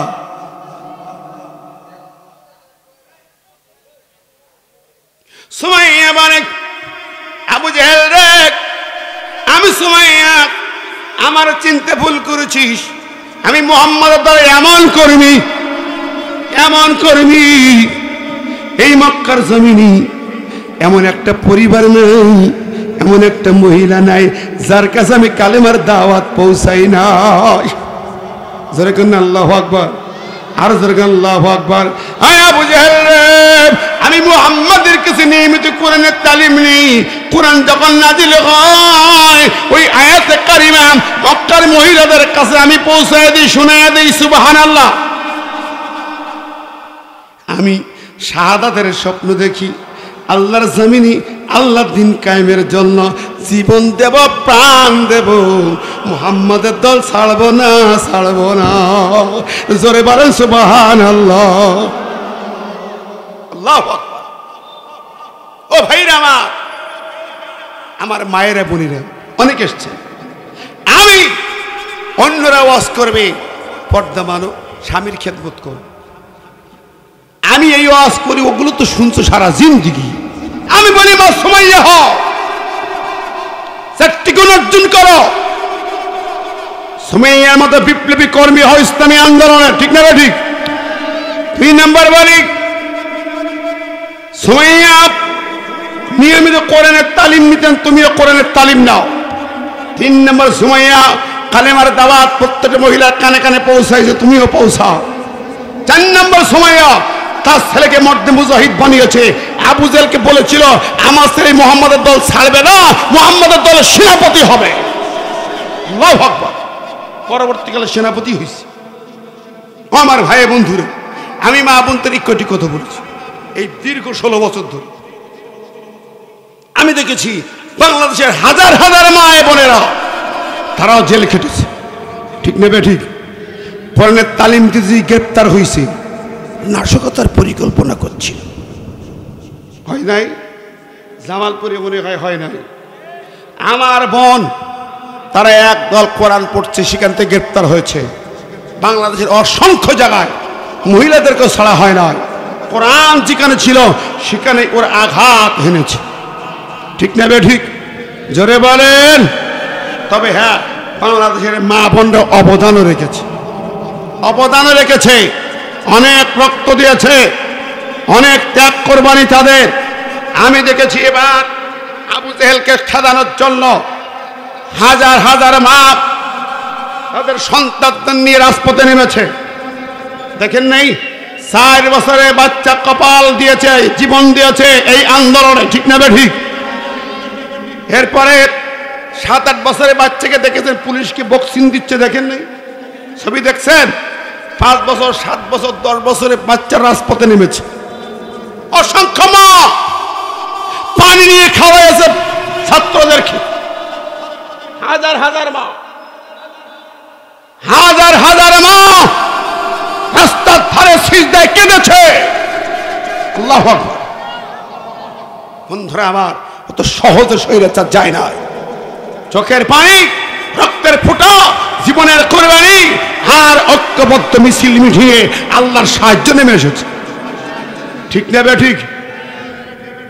প্রিয় ভাইরা দেখেন, আমি বলি বাস্তবে মিলায় দেখেন, আবু জেহেলকে বদরের মাঠে পিটায় পেটায় সাইজ করলো কটা বাচ্চা? দুইটা বাচ্চা। বয়স কত? 11-13 না বালক। ঠিক না বে ঠিক? ছোট্ট বাচ্চারাতে আবু জেহেল বিদায় হলো কি? বড় বড় সেনাপতি থাকতে। ইতিহাস কি? আল্লাহ কি শিক্ষা দিছে? আমি জামালপুর শহরে 5 বছর আগে বক্তব্য বলে গেছিলাম, বাংলার জমিনে যেদিন মাঝ মোহাম্মদের জন্ম হবে সেই দিন আবু জেহেল বিদায় হবে। ইসলামের সূত্র তাই বলে। বদরের মাঠে আবু জেহেল যখন খতম হয় শেষ মুহূর্তে, জানেন নবীজি যুদ্ধ শেষ, ইবনে মাসউদকে বলছে যাও খুঁজে দেখো তো আবু জেহেলের কি হালাত। বলছে 70 জন তো মরিয়ে গেছে, ভুট হয়ে গেছে, আর কই পাবো? বলে খোঁজো যাও। ইবনে মাসউদ যাইয়া তরবারি আগা দিয়া একটা একটা করে খোঁজা দেয়, মরা মরা মরা 69টা লাশ মরা। 70 নম্বরে খোঁজা দিয়েছে, নড়ি চড়ি বসে নড়াচড়া করে। এই তো নবী এই জন্য বলেছে, তাহলে এইটাই আবু জেহেল হবে। ওই লোকটা চিৎ করে ইবনে মাসউদ বুকের পরে বসে গেল, বুকের পরে বসলো। রক্তাক্ত আবু জেহেল, পুরা চেহারা লালে লাল, চেহারা ফুলে ডবল হইছে, হাত পা ফুলে ডবল হইছে। পিটায়া পিটায়া একেবারে আশ্রয় আশ্রয় পিটায়া পিটায়া থেতো করে দিছে। এখন ইবনে মাসউদ বুকের পরে বসে বুকের রক্ত সরাইয়া বসে, আনতা আবু জাহেল, তুমি কি আবু জেহেল নাকি? তুমি কি মক্কার সর্দার? মাথা হালকা নাড়ায়, কথা বলতে পারছে না। তোমার এই দশা কেন? তুমি তো খুন হও নাই, তোমাকে জবাই করে নাই, এই দশা কে মারছে? এভাবে এভাবে তোমার হাত পা ফেটে গেছে, থেতলাই থেতলাই গেছে, ফুলি ফুলি গেছো। ঘটনা কি? কত? দুইটা পোলা, দুইটা বাচ্চা, পিচ্চি পোলা। সুবহানাল্লাহ। এই যে রাম দুইটা পোলা, এই যে এরাই দেশের ভবিষ্যৎ। ঠিক নেবে ঠিক? ও বন্ধুরে, আমি মিলায় দেখি 5ই আগস্টের আগের 7-8 জুলাই থেকে 5ই আগস্ট পর্যন্ত গোটা ময়দান সার্চ করতাম। প্রায় প্রতিদিন সকাল ফজরে পরে চলে আসতাম, গোটা দৃশ্য দেখেছি। আর আমি মাঝ মুআব্বাস খুঁজতাম। আহারে দেখলাম রক্ত ঝরা ময়দানে মাঝ মুআব্বাসা যখন গর্জে উঠেছে, তখনই কিন্তু আবু জেহেল ঠান্ডা হইয়া গেছে। ঠিক কিনা কন? আর যেরকম ঠিক কিনা? ওরে গুলি ঝরে, উপর দিয়ে হেলিকপ্টারে গুলি ঝরে, ডাইরেক্ট শুট করে র্যাব, পুলিশ, আর্মি, পাইকারি হারে বিজিবি। গুলি আর গুলি, বৃষ্টির মধ্যে গুলির মুখে লক্ষ লক্ষ পোলা পান মিছিলে ঝাঁপিয়ে যায়। আমি দেখলাম, আল্লাহ গো, বদরের ময়দানে তুমি সাদা পোশাকে ফেরেশতার দল পাঠাইছিলা, আপনার হস্তি বাহিনী ধ্বংস করতে আবাবিল পাঠাইছিলা। আমার কাছে মনে হয় চোখে যখন দেখি লক্ষ লক্ষ প্রায় কোটি ছাত্র জনতা, আমি ভাবলাম শুধু ছাত্র নয়, আবাবিল পাখি ঢাকা সে গেছে।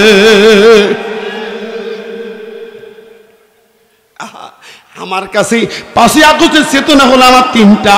1 নম্বর হচ্ছে ছোট্ট ছোট্ট বাচ্চারা রাজপথ যখন নামাজে রক্ত হয়েছে, নামাজে দাঁড়াইছে, সুবহানাল্লাহ। 2 নম্বর হলো অসংখ্য মারা আপনজনরা কেঁদে কেঁদে বুক ভাসাইছে। ঠিক নেবে ঠিক?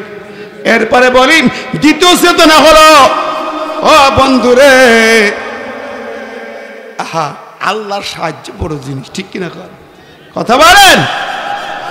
বাইরে ছোট্ট বাচ্চারা, রিভলভার ছিল না, পিস্তল ছিল না, বন্দুক স্টেন গান ছিল না। আবু জেহেলকে মারলো দেই 2 পোলা। ইবনে মাসউদকে এমনি মারলো কেন? ওদের অস্ত্র ছিল না, শুধু লাঠি দিয়ে পিটাইছে। কি দিয়ে পিটাইছে? চিন্তা করে মিলাবেন। এদের হাতে কি ছিল? আমরা ছাত্রদের হাতে কি ছিল? মাঝ বাবার হাতে কি? খেজুরির ডালের লাঠি, খেজুরির ডাল। বুখারী হাদিস, عن عبد الرحمن بن عوف رضي الله عنه قال إن لبثت في يوم بدر فإذا التفت يمين ويسار فاتني حديث السن فكان لم آمن بمكانهما إذ قال لي أحدهما السر من سبي يا أمي أرني أبا جهل فقلت يا ابن أخي ما تصنع به فقال عبد الله إن رأيت أن أقتله متدونا فقال لي ألا أخذ السر من سبي مثله فأشرت لهما فشدت عليه مثل الصقرين فضرباه والتبردا وهما ابنا أفرا الله দুইটা বাচ্চা খেজুরের ডাল নিয়ে আসছে বদরের ময়দানে। আব্দুর রহমান বিন আওফ বলে আমার দুই পাশে দুই বাচ্চা দাঁড়াইছে, আমি ভীত হয়ে গেলাম। ও দেখি একজন কয় চাচা ইয়া আম্মি আরিনি আবা জাহাল, চাচা গো আবু জেহেলকে দেখায়া দাও। আমি কইলাম তুই ছোট্ট শিশু বাচ্চা, আবু জেহেল দেখি কি করবি? ও কি কইল জানেন? আহাতুল্লাহ ইন রাইতুহু আন আক্তুলাহু আও আমুতু দুনা সাসা, আল্লাহর কাছে অঙ্গীকার করেছি, মায়ের কাছে শপথ করেছি, আবু জেহেলকে কতল করতে আমরা বদরের ময়দানে এসেছি। জোরে কন্না সুবহানাল্লাহ। আমাদের একটাই কাজ, এক দফা এক দাবি, আবু জেহেলকে জাহান্নামে পাঠাবো। হাদিস তাই বলে। ওই দুই বাচ্চার একটা অঙ্গীকার, আহাদ মানে অঙ্গীকার। আমরা শুধু আসছি আবু জেহেল থেকে খতম করার জন্য। চাচা একটু দেখাইয়া দেন, আমরা মদিনার আনসারদের বাচ্চা, ওকে আমরা দেখিনি, চিনি না, তাই একটু দেখাইয়া দেন। আহারে আব্দুর রহমান বলছেন আমি একটু ইঙ্গিত দিলাম আর সিংহের বাচ্চার মতো গর্জন দিয়ে ঝাঁপায়া পড়েছে। আল্লাহু আকবার। মারতে মারতে খেজুরের ডাল দিয়ে পিটাইতে পিটাইতে জমিনে আর করে ফেলছে, মাইরা মাইরা সাইজ করছে। আল্লাহু আকবার। আরে বন্ধুরা, ছোট বাচ্চারা জেগেছে, জগদ্দল পাথর বিদায় নিয়েছে। ঠিক না বে ঠিক? বদরে দুই বাচ্চা জেগেছে, আবু জেহেল খতম হয়েছে। এই আবু জেহেল আর ইবনে মাসউদ ওই দুই বাচ্চা পিড়ে শেষ করেছে। ইবনে মাসউদ কয় আচ্ছা চাচা এখন একটা কাজ, এখন তো শেষ কাজ, আমি বুকে বসছি, আমার চিনছেন? কয় না। দেখেন তো কান ছিঁড়া, চিনেন কিনা? কান ছিঁড়া, হ্যাঁ। মক্কা যে সূরা রহমান নাজিল হয়, আমি কাবা শরীফ সূরা রহমান তিলাওয়াত করছিলাম, আপনি না এক টান দিয়ে কান ছিঁড়ে দিলেন, মনে নাই আপনার? সে আর সেদিক যাব, তাই কান ছিঁড়েছে। আপনি কান ছিঁড়েছেন তো, তাই ডাইরেক্ট জবাই করলাম। এখন তো জবাই করার সময়, আপনাকে একটা অপশন দিলাম, রাগে হিংসায় না, ইসলামের দাওয়াত দিচ্ছি। মরার সময় আপনার শ্বাস উঠেছে, মারা যাবেন, এখন যদি একটা বার কালেমা পড়েন, আমি জবাই করবো না, ছেড়ে দিয়ে যাবো। আল্লাহু আকবার। আবু জেহেল বলে কোন কালেমা? ইবনে মাসউদ বলে পড়েন লা ইলাহা, একটু জোরে লা ইলাহা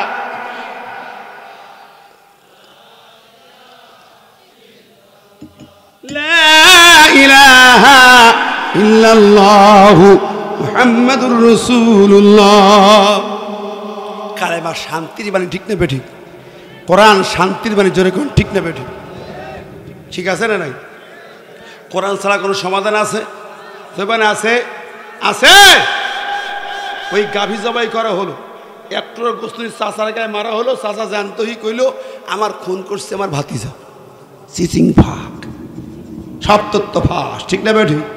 এখন তো 16 বছরের তথ্য সব ফাঁস, ঠিক না বেঠিক? মিলে দেখ। আল্লাহ কয় আমার কোরআন হলো সব সমস্যার সমাধান। তিবিয়ানাল লিকুল্লি শাই, তামাম দুনিয়ার যত জটিল সমস্যার সমাধান হলো কোরআন। খেয়াল আছে না নাই কথা? এটা হলো মূল কথা। ওই যে বলছিলাম একটা মহিলার হাত জোড়া লাগছে, খেয়াল আছে? ভুলে গেছেন? ভুলে গেছেন? মনে হয় কষ্ট হচ্ছে আপনার। ওই যে বাবা রাগ করছো নাকি ছেলে যাবা, মন খারাপ, মন খারাপ করেন। আমার কথার ভিতরে বাস্তব সত্য কোরআনের আলোকে বাস্তব সমাজে দেখে দিলাম। যদি কেউ রাগ করে, ও দিল কলজা পোষা, ঠিক নেবে? ঠিক কথা বলেন, মিলাই নেন। নেন, মিলাই নেন, পেয়ে যাবেন প্রতিটা কথা। কোরআনের মিল গরমিল হয় না, হাদিসের মিল গরমিল নাই। আমার ভাই ও বন্ধু, ওই যেমন হাত জোড়া রাখছে, সমাধান নাই। পৃথিবীর কোন ব্যারিস্টার, পৃথিবীর কোন আইন আদালত সমাধান দিতে পারবে না, পারবে না, পারবে না। এটা ইমাম মালিকের জমানায় বাস্তব ঘটনা, ইমাম মালিকের জমানায় ঘটনা। ওই লোকেরা সবাই মিলে চলে গেল ইমাম মালিকের কাছে, চলো সোজা চলো মদিনার মসজিদের ইমাম, গোটা আরবের চিফ জাস্টিস, মুসলিম খেলাফতের চিফ জাস্টিস, তার কাছে চলো। চিফ জাস্টিসের কাছে, প্রধান কাজ, তিনি সমাধান দিবেন। উনি 10 বছরে কোরআন হাফেজ, 14 বছরে 15 লক্ষ হাদিসের হাফেজ। আল্লাহু আকবার। উনি চিফ জাস্টিস, তার কাছে চলো। ওরা ঘোড়া হাঁকায় চলে গেলেন। 3 দিন ওই লাশ পড়ে আছে, হাত জোড়া লেগে আছে। ইমাম মালিকের কাছে গেলেন, ইমামকে বললেন, ইমাম মালিক বললেন, মুখে কোনো ফতোয়া নাই, সরজমিনে আমার যাওয়া লাগবে। ইমাম মালিক আরবি, লক্ষ লক্ষ লোক জমায়েত হয়ে গেছে। কি সমাধান হয় দেখি, কি সমাধান করবে দেখার বিষয়, জানার বিষয়। উনি এলেন, ব্যারিকেড দিলেন, পর্দা করা আছে। বললেন, লোক এত মানুষ, সব একটু দূর সরে যাও, আমাকে শুনতে দাও, বুঝতে দাও। উনি পর্দার আড়ালে থেকে পাশে বসলেন। ওই 2 মহিলার স্বামী, তার সন্তান আর এলাকার কাজী নেতারা সামনে আছেন। তোমাদের সামনে হিয়ারিং হবে, শুনতে হবে। উনি জাল্লাদ সাথে নিয়ে আসছেন, জিজ্ঞাসাবাদ হবে, হিয়ারিং হবে। ইমাম মালিক বলেন, 2 মহিলার গার্জিয়ান কারা কারা? ওরা আমরা। তোমরা অঙ্গীকার করো, যা সমাধান হবে তাই মানতে হবে। আমি চিফ জাস্টিস, আমি ইমাম মালিক, কোরআন দিয়ে হাদিস দিয়ে রায় দেব। যা রায় হবে মানতে রাজি আছো কিনা? বলে জি স্যার, জি হুজুর। নেতারা বলে জি হুজুর। সবাই জি, আপনি যা রায় দেবেন তাই হবে, কোরআন হাদিসের রায় হবে, সবাই মেনে নেবে। আমার ভাইয়েরা, এত জটিল বিষয়, হাত জোড়া লাগা জীবনে কল্পনা করা যায় না। কেমনে ছাড়াবে, কি রায় হবে? লক্ষ লক্ষ জনতা বসে গেছে দেখার জন্য, শোনার জন্য। এখন ইমাম মালিক হিয়ারিং নিচ্ছে, শুনছেন। মহিলা, তুমি বলো তো কি হয়েছিল, তোমার হাত জোড়া লাগলো কেন, ঘটনা কি, ক্লিয়ার বল। মহিলা তো এখন 3 দিন এই অবস্থা আছে, কান্না ছাড়া উপায় নাই। হাওমা করে কান্দার বলে, ইমাম আমি বুঝতে পারলাম না, আমি যেই না গোসল দিতে আসলাম, তার গায়ে হাত রাখলাম, সঙ্গে সঙ্গে হাতটা জোড়া লেগে গেল। কেন জোড়া লাগলো, কি কারণে, আমি তো বুঝতে পারি না ইমাম, আমি তো বুঝতেই পারলাম না। কি বলবো আপনাকে, কেন জোড়া লাগছে? ইমাম বলছে, সত্য কথা বলো, মিথ্যা কথা বলো না। তুমি কি করেছো সেটা বলো। তোমার হাত জোড়া লাগলো কেন, কি অন্যায় করেছো, কি অপরাধ করেছো বলতে হবে। মহিলা কেঁদে কেঁদে যারে যারে হয়ে যায়। আমার মা বোনরা একটু কান পেতে শুনে যাক। মহিলা কাঁদে, হাউমাউ করি, ইমাম আমি তো বুঝতে পারি নাই, কেন জোয়ার লাগলো, আমি কেমনে বুঝবো? ইমাম মালিক বলেন, ও বোন রে, আমার কাছে 2টা রাডার আছে, 2টা রাডার যন্ত্র আছে, আমি ধরে ফেলবো তুমি কি কারণে এখানে ধরা খাইছো। আমার কাছে রাডার, এমন রাডার আছে পৃথিবীর সাধারণ বিচারপতিরা ধরতে পারবে না, সাক্ষী প্রমাণ পাবে না, আমি ধরব। কারণ আমার কাছে গোটা কোরআন সিনায়, গোটা হাদিস ভান্ডার সিনায়। আমার নবী বিদায় হাজারে ভাষণে 2টা রাডার রেখে গেল, তারাকতু ফীকুম আমরাইন মা তামাসসাকতুম বিহিমা। জানো না, এই 2টা রাডার, এটা দিয়ে সব সমাধান হবে। দুনিয়ার যত সমস্যা সব সমাধান কি দিয়ে হবে? জোরেবান কি দিয়ে হবে? আমার দেশে সংস্কার করতেছে ইউনূস সরকার, কি দিয়ে সংস্কার করা লাগবে? সংবিধান সংস্কার করতেছে। আমরা বলতে চাই সংবিধান সংস্কার হবে কোরআন দিও। কথা বলেন। আমরা বহু দেখেছি 1757 সালের আগে এই দেশে এই গোটা ভারত ভূখণ্ডে আল্লাহর আইনের শাসন ছিল, কোরআনের শাসনতন্ত্র ছিল। ছিল কি ছিল না? 57 সালে 1757 পলাশির আমবাগানে নবাব সিরাজউদ্দৌলার পতনের সাথে সাথে তা নিভে যায়, ব্রিটিশ শাসন জারি হয়। এরপরে 1831 সাল বালাকোটে সাইদ আহমদ বেল্লভীর নেতৃত্বে ব্রিটিশদের সঙ্গে যুদ্ধ হয়। বেল্লভী সব হাজার হাজার বীররা শহীদ হয়, ব্রিটিশরা জয়ী হলো। তারপরে 1857 সালে সেই ইমদাদুল্লাহ মুহাজির মক্কির নেতৃত্বে আরেকটি যুদ্ধ হয়, সেখানেও তারা হেরে যায়, হাজার হাজার আলেম ওলামা শহীদ হয়। গোটা উপমহাদেশ ব্রিটিশ লয়ের শাসন জারি হলো। 1947 সাল পর্যন্ত ব্রিটিশ শাসন চলল। ব্রিটিশ চলে গেল, দুইটা দেশ ভাগ হলো, ব্রিটিশ শাসন থাকলো। বাংলাদেশের মুসলমানরা পাকিস্তানের সাথে মিশেছিল। পাকিস্তান কায়েদে আজম বলেছিল কোরআন সুন্নাহর বাইরে কোনো দেশ চলবে না, কিন্তু উনি সেই কথার পর টিকে থাকেন না। স্বাধীনতার পর 20 বছর গেল, কোরআন শাসন জারি হয়নি। বারবার বলল আলেম ওলামারা, পাকিস্তান সরকার বলল আমরা শিশু রাষ্ট্র, বিদেশ নির্ভর, এখন সম্ভব না। বাংলাদেশ আলেমরা বলল শিশু সাবালক হয় 10-12 বছর বয়সে, তোমার 20 বছর সাবালক হতে পারলে না, তোমাদের দ্বারা আর হবে না। 70 নির্বাচনেরও কথিত বঙ্গবন্ধু বলল, আলেমদের সঙ্গে বসলেন, অঙ্গীকার করলেন আমি যদি ক্ষমতায় যাই কোরআন সুন্নাহ দিয়ে দেশ চলবে, বাইরে আইন হবে না। বঙ্গবন্ধুর অঙ্গীকার লিখিত, সদর সাহেব হুজুর সব বাংলার শিষ্য আলেমরা তার সাথে কথা বলে অঙ্গীকার করালেন। এদেশের মানুষ 70 নির্বাচনের ইশতিহার দেখে পাইকারি হারে ভোট দিল। সেই ইশতিহারে ছিল কোরআন সুন্নাহর বাইরে কোনো দেশ চলবে না। আমরা এই প্রজন্ম জানি না। আমার বাবা 1971 সালে তখন মেম্বার, তিনি ছিলেন বীর মুক্তিযোদ্ধাদের কেয়ারটেকার। তার কাছে ইতিহাস শুনেছি, ওস্তাদ আলেমদের মুখে ইতিহাস জেনেছি, বাস্তব এটাই।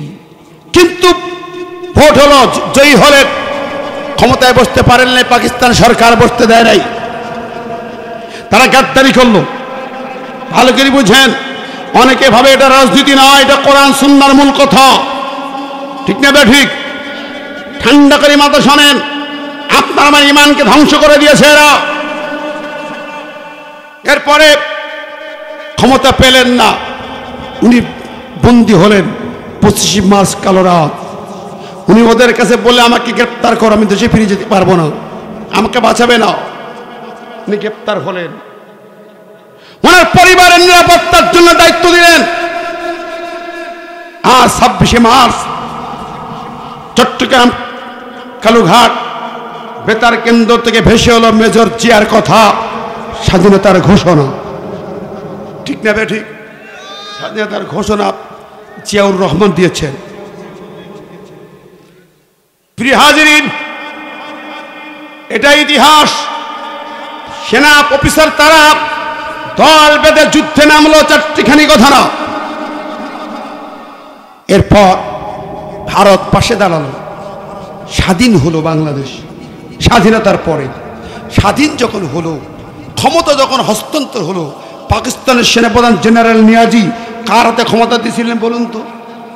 বাংলাদেশ সেনাপ্রধান জেনারেল উসমানীর কাছে ক্ষমতা দেওয়া হয়নি।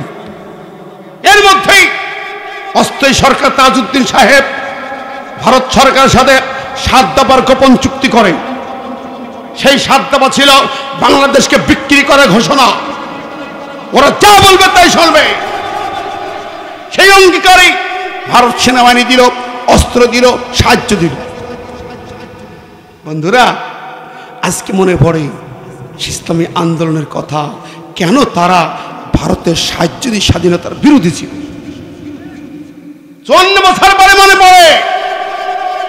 বন্ধুরা আমার, এবার দেখেন পাকিস্তান জেনারেল নিয়াজি ক্ষমতা দিলেন ভারতের সেনা প্রধানের কাছে, বাংলার মুক্তিযোদ্ধাদের লিডারদের কাছে ক্ষমতা দেয় নাই। ভারত দেখালে পৃথিবীকে এটাকে স্বাধীন করেছি আমরা। মুক্তিযুদ্ধ বুকের রক্ত ভেসে গেল। আমার বাবা বলতেন বিশ্বাসঘাতকতা করা হলো। পেরে হাজিরিন, এরপরে বঙ্গবন্ধু পাকিস্তান থেকে ফিরতেছেন 10ই জানুয়ারি। হ্যাঁ যুবকেরা, কান পেতে শোনা, উঠো না, উঠো না, ইতিহাস শোনো। সারা জীবন বইতে পড়ে সব ভুয়া মিথ্যা কথা, ভুয়া ইতিহাস পড়েছ, শুনে নাও, লিখিত বইগুলো দেখে নিও। কি হলো, উনি আসবেন, ইন্দিরা গান্ধী ফোন করলো, মুজিব নয়াদিল্লি হয়ে বাংলাদেশে যাবে।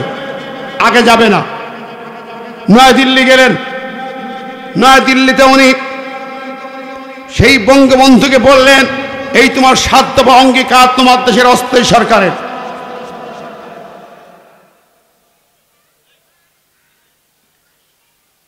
যুবকেরা, রাগ করে চলে যাও না, মন খারাপ করো বাবা, ইতিহাসটা মনে করে রাখ, শুনে রে।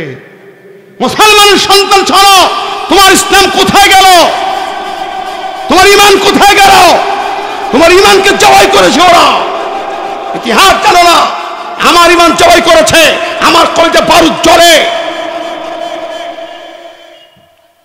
বঙ্গবন্ধুকে বলে দিল শ্রীমতী ইন্দিরা গান্ধী, একটা চিরকুট মুজিব করে ঢুকাই দিল, 7 দফায় এই, আর এই চিরকুট নিয়ে যাও, 4টি মূলনীতিতে সংবিধান হবে। তোমার যে অঙ্গীকার ইশতিহার ছিল, ইশতিহার ছুড়ে ফেলে দাও, ইশতিহার বাতিল করে দাও। মূলনীতি হবে 4টা। আমরা সেনাবাহিনী দিয়ে, অস্ত্র দিয়ে সাহায্য করে স্বাধীন করে দিয়েছি, আমাদের অঙ্গীকার রক্ষা করতে হবে। বাংলাদেশ হবে আমার করর রাজ্য, স্বাধীন রাজ্য হবে না। এটাই ছিল 7 দফা। লিখে দিলেন চিরকুট। কি কি সংবিধান হবে? Secularism, communism, democracy, nationalism. 4টি মূলনীতির ভিত্তিতে সংবিধান হবে, কোরআন সুন্নাহর সংবিধান হতে পারবে না। ভারত সরকার লিখে দিল। 72 ডক্টর কামালকে দিয়া সেই 4 দফার উপরে, 4 মূলনীতির উপর সংবিধান হলো। কোরআন সুন্নাহকে বিলীন করে দিয়ে কোরআন সুন্নাহর বিপরীত মানুষের গোলামি করার জন্য সেকুলারিজম, কমিউনিজম, আল্লাহ বিরোধী তন্ত্র মন্ত্র ঘাড়ে চাপিয়ে সংবিধান তৈরি হলো। ঠিক না বে ঠিক? ইতিহাস দেখেন, সংবিধান দেখেন। তারপর 3-4 বছর যা চললো, মেজর ডালিমের বক্তব্য শুনেন, আমি আর ওখানে যাচ্ছি না। এরপরে জিয়াউর রহমান ক্ষমতায় বসে সংবিধানে বিসমিল্লাহ লিখলেন, ভূমিকা লিখলেন, আল্লাহ প্রতি আস্থা, বিশ্ব ঈমান লিখলেন। প্রেসিডেন্ট জিয়ার অবদান সংবিধানে বিসমিল্লাহ। আল্লাহ তাকে এই কাজের জন্য আল্লাহ কবুল করুক, জান্নাতবাসী করুক। আমি তার জন্য দোয়া করি, এটার জন্য। বন্ধুরা আমার, বিসমিল্লাহ ঢুকলো সংবিধানে, ঈমান ঢুকলো শুরুতেই। কিন্তু আবার আসলো এই শেখের বেটি ক্ষমতা এসে সেই বিসমিল্লাহ কেটে বাদ দিল। জোরে বলেন, ঠিক না বে ঠিক? বিসমিল্লাহ কেটে বাদ, ঈমান কেটে বাদ দিয়ে বললাম আমরা 72 সংবিধানে ফিরে গেলাম। সংসদে দাঁড়িয়ে বলেছে আমরা 72 সেকুলার সংবিধানে ফিরে গেছি। হ্যাঁ মুসলমান, আমার প্রশ্ন আপনার বিবেকের কাছে, 57 পরে ব্রিটিশ ল, এরপর এই পর্যন্ত কোরআনের শাসন ব্যবস্থা মুছে দিয়া আবার সেই বিসমিল্লাহ কেটে সেকুলার শাসন আনা হলো। যারা নিজে হাতে বিসমিল্লাহ কেটেছে, ঈমান কেটেছে, ওরা কি ঈমানদার না বেঈমান? জোরে বলেন। বিসমিল্লাহ কেটেছে, কোরআন বিসমিল্লাহ দিয়ে শুরু, সেই বিসমিল্লাহ কেটে বাদ দিয়েছে। আর তুমি মুসলমান কোরআন তেলাওয়াত করে ওদের সাপোর্ট করো, ওদের গুণ গাও, ওদের নুন খাও। তোমার ঈমান কোথায়? বিসমিল্লাহ কাটা, তোমার ঈমানও কাটা। ঠিক না বে ঠিক? যারা তাদের সাপোর্ট করেছে তাদের ঈমান কাটা। শুধু ওদের বিসমিল্লাহ কাটা নয়, ঈমান কাটা নয়, যারা নিজে হাতে কেটেছে ওরাও বেঈমান, যারা ওদের সাপোর্টার ভোটার তারাও বেঈমান। কোরআনের সূত্র মাফিক বেঈমান, ওর ঈমান নাই, ওর আমল নাই, কিচ্ছু নাই। কি মনে করেন কি ওয়াজ শুনবেন আপনি? আপনার ঈমানই বরবাদ। আগে ঈমান, তারপর তো আমলের ওয়াজ শুনবেন। কথা বলেন। আমার কথায় রাগ আর কিছু নাই, যত ইনকন্টে বলে যাই, এই মাটি সাক্ষী থাকলো। আপনার ইমান আছে কিনা এই কোষ্ঠী পাথর দিয়ে যাচাই করে নেন। কথা বলেন, জোরে বলেন। বিসমিল্লাহর গায়ে হাত দিয়েছে, তোমার কলিজায় ব্যথা লাগে নাই? ইমান কেটেছে, তোমার কলিজায় ব্যথা লাগে নাই? সলিমুল্লাহ মুসলিম হলের নাম থেকে মুসলিম কেটেছে, কাজী নজরুল কলেজের নাম থেকে ইসলাম কেটেছে, হাজী মোহাম্মদ মহসিন হলের হাজী মোহাম্মদ কেটেছে। কেটে ছেড়ে বাদ দিয়া আলেমদের ধরে ধরে হ্যান্ডকাপ পরাইয়া জেলখানে ঢুকায় ঢুকে অত্যাচার করেছে, কনে পাখিকে ফাঁসির মঞ্চে ঝুলানোর পায়ে দিয়েছে, আলেমদেরকে মেরে মেরে হত্যা করেছে জমিনে। কিসের মুসলমান? আবু জেহেলের জাত, নমরুদের বাচ্চা, ফিরআউনের বাচ্চা, ওদের ইমান থাকতে পারে না, পারে না, পারে না। আমার ভাই বন্ধুরা, অতএব ইমান যদি বাঁচাতে হয়, ইমান যদি রক্ষা করতে হয়, ওদের সমস্ত সম্পর্ক সংযোগ ছিন্ন করে ফেলতে হবে। ঠিক না ঠিক? বিশেষ করে আজকের সংস্কার হবে কি দিয়া? ইউনূস সরকার ওই সেকুলার সংবিধান মানি না, ওই সমাজতন্ত্রের সংবিধান মানি না, কুফরের বীজ ভেঙে ফেলতে হবে, সেকুলারের কলিজা উপড়ে ফেলে সাগরে ভাসিয়ে দিতে হবে। রাজি আছো? কারা কারা তো হাত তুলে দেখাও।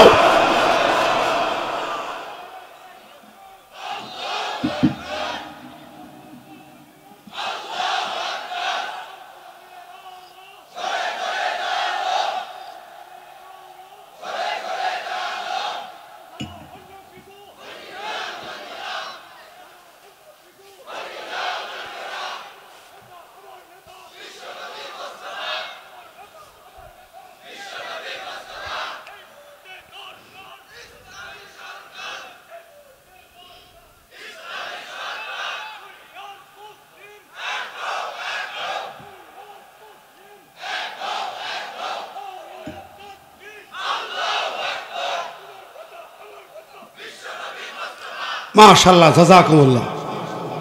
দেওয়ানগঞ্জের ভাইরা,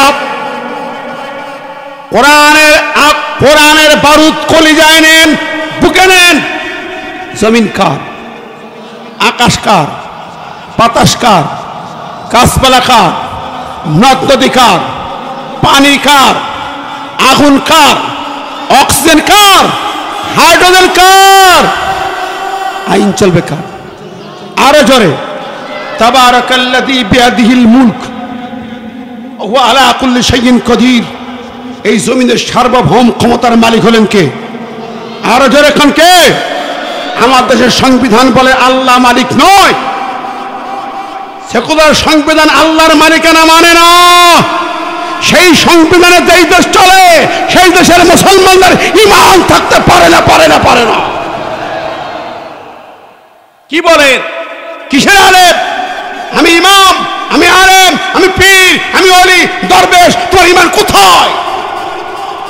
বালাকোটের বেরলবি হও, পরে শহীদ হও, তোমার নবীর উত্তরসূরি হও, জন্মভূমি ছেড়ে মদিনায় চলে যাও, জিয়াদের ময়দানে যাও, দাঁত ভাঙবে, রক্ত ঝরবে। হয় খেলাফত না হয় শাহাদাত। আমি মামুনুল হক ভাইয়ের সাথে একমত, হয় খেলাফত না হয় শাহাদাত। কথা বলেন ঠিক নেবে ঠিক? প্রিয় বন্ধুরা আমার, বাংলাদেশের মুসলমান লক্ষ লক্ষ মসজিদের ইমাম আমরা ভুলে গেছিলাম। বিগত দিনে আমি দেখলাম আমাদের জাত ভাই কিছু মৌলবীর দুই চরিত্র দেখলাম। এক শ্রেণীর মৌলবীরা ওই খুনি স্বৈরাচার জালেম শাহী যারা বিসমিল্লাহ কেটেছে, ইমান কেটেছে, মূর্তির রাজত্ব কায়েম করেছে, আলেমদের মেরেছে, সাপ্তাহিক রক্ত ঝরিয়েছে, তাদেরকে কওমজরনি উপহার দিয়েছে। ঠিক না বে ঠিক? কিসের ইমান তোমাদের? আবার দেখলাম এক শ্রেণী আলেমেরা 23 সালে বাংলাদেশের ইমাম সম্মেলনে সেখানে দিয়ে বলছে হযরতে আল্লামা হাসিনা সুন্নতি। কি বলেন? এই বক্তব্য দিয়ে ইসলামিক ফাউন্ডেশনের গভর্নর হলো কফিলউদ্দিন চাচা। ঠিক কিনা? আমি একটু মিথ্যা বলি নাই।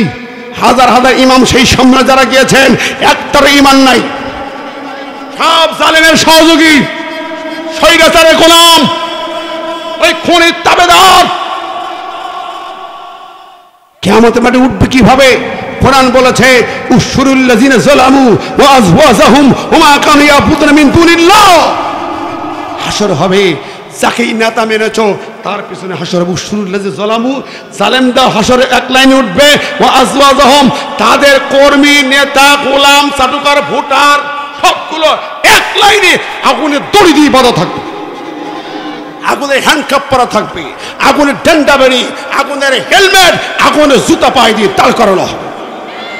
তারপর ফাহদুহুম ইলা সিরাতিল জাহিম, জাহান্নামের ফেরেশতা পিছনে লাগানো হবে, আগুনের লাঠি দিয়ে পিটাইতে পিটাইতে নেওয়া হবে। শুধু তাই না, আল্লাহ করে উল্টো কর, সঙ্গে সঙ্গে উল্টে যাবে, পা উপর দিকে, মাথা নিচে, এই মুক্ত কপালটা আগুনের পরে, জমিন তো মাটি না, আগুন তামা তামা, এই তামা আগুনের পরে চেহারা ঝলসে যাবে, খেসরাইতে খেসরাইতে আগুন লাঠি দিয়ে উল্টো করে পিটাইতে পিটাইতে জাহান্নামে নেওয়া হবে। শুধু জালেম একা যাবে না, তার এমপি, মন্ত্রী, নেতা, কর্মী, ভোটার, সাপোর্টার একসাথে এক লাইনে যাবে।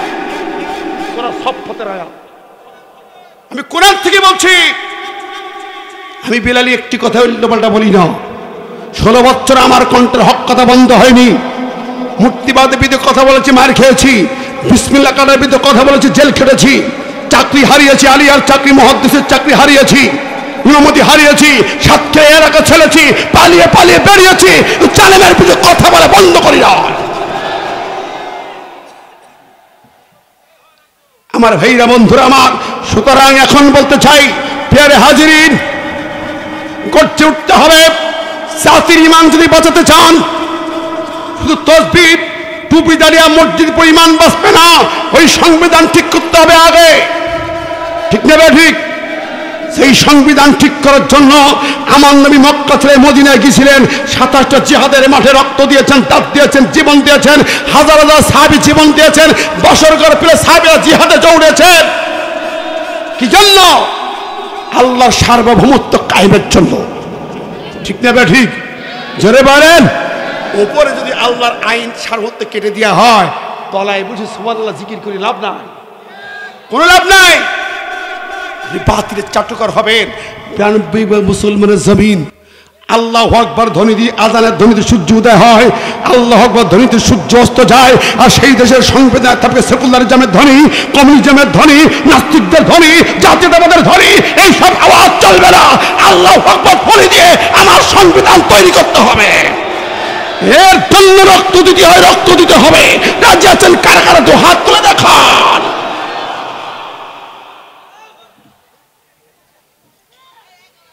রাগ করলেন নাকি ভাই? রাগ করলেন? বাস্তব জায়গায় আসেন, ইমান বাঁচান। সবাই ইমান বাঁচাতে হবে। মা বোনরা ঘরে ঘরে দুর্গ গড়ে তোলেন। ইমাম সাহেবরা মসজিদে শুধু ঠেলাকলবির ওয়াজ বন্ধ করেন, মিসাকের ওয়াজ বন্ধ করেন, ফজিলতের ওয়াজ বন্ধ করেন, কোরআনের হক, জিহাদের কথা বলেন, সংবিধান রচনার কথা বলেন। আমরুহুম শুরা বাইনহুম ওয়া আমরুহুম শুরা বাইনহুম। আমার নবীর জুমার খুতবায় খুতবাগুলো সার্চিং দেন, একটা খুতবাও নাই যেখানে জিহাদের গরম বক্তব্য নাই। হাদিস পড়েন, কোরআন পড়েন। জিহাদ ছাড়া জান্নাত নাই। আল্লাহ সাবিনী, আল্লাহ তিন কায়েমের কাজ যারা করবে না, ওরা জান্নাতের ঘিরানো পাবে না। কে বলেছে তোমার মসজিদ তোমার জান্নাতে নেবে না? তাহলে আবু জেহেল কাবাঘর বানিয়েছে, আবু জেহেল কোথায় গেছে? কাবাঘর বানিয়ে কোথায় গেছে? হিসাব মিলাও। সুতরাং মসজিদে যেমন আল্লাহর ঘর, আল্লাহর কোরআন দিয়ে নামাজ হয়, তেমনি আল্লাহর কোরআন দিয়ে সমাজ চলবে, পার্লামেন্ট চলবে, রাষ্ট্র চলবে, আইন চলবে, সরকার চলতে হবে। কোরআন ছাড়া যেমন নামাজ হয় না। ফজর নামাজে 1 রাকাতে বুখারী, 1 রাকাতে মুসলিম শরীফ পড়লে নামাজ হবে। বুখারী মুসলিম দিয়েও নামাজ হবে না। ঠিক না বেটি? তেমনি আপনার রাষ্ট্র কোরআন দিয়ে যদি না চলে, ওটা কাফেরের রাষ্ট্র। কোরআন দিয়ে যেখানে সংবিধান হবে না, ওটা কুফরি সংবিধান। প্রিয় হাজিরিন, অত্যন্ত তত্ত্বহীন কণ্ঠে কথাগুলো বলেছি, রাগ করেন না, মন খারাপ করেন না। আলেমদেরকে এক হতে হবে। ঠিক না বে? ঠিক।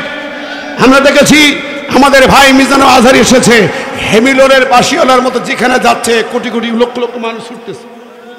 সুবহানাল্লাহ, ঠিক না বেঠিক? এই দেখে কারো কারো কলিজা জ্বলা শুরু হয়েছে। কেন? কোনো কথা নাই।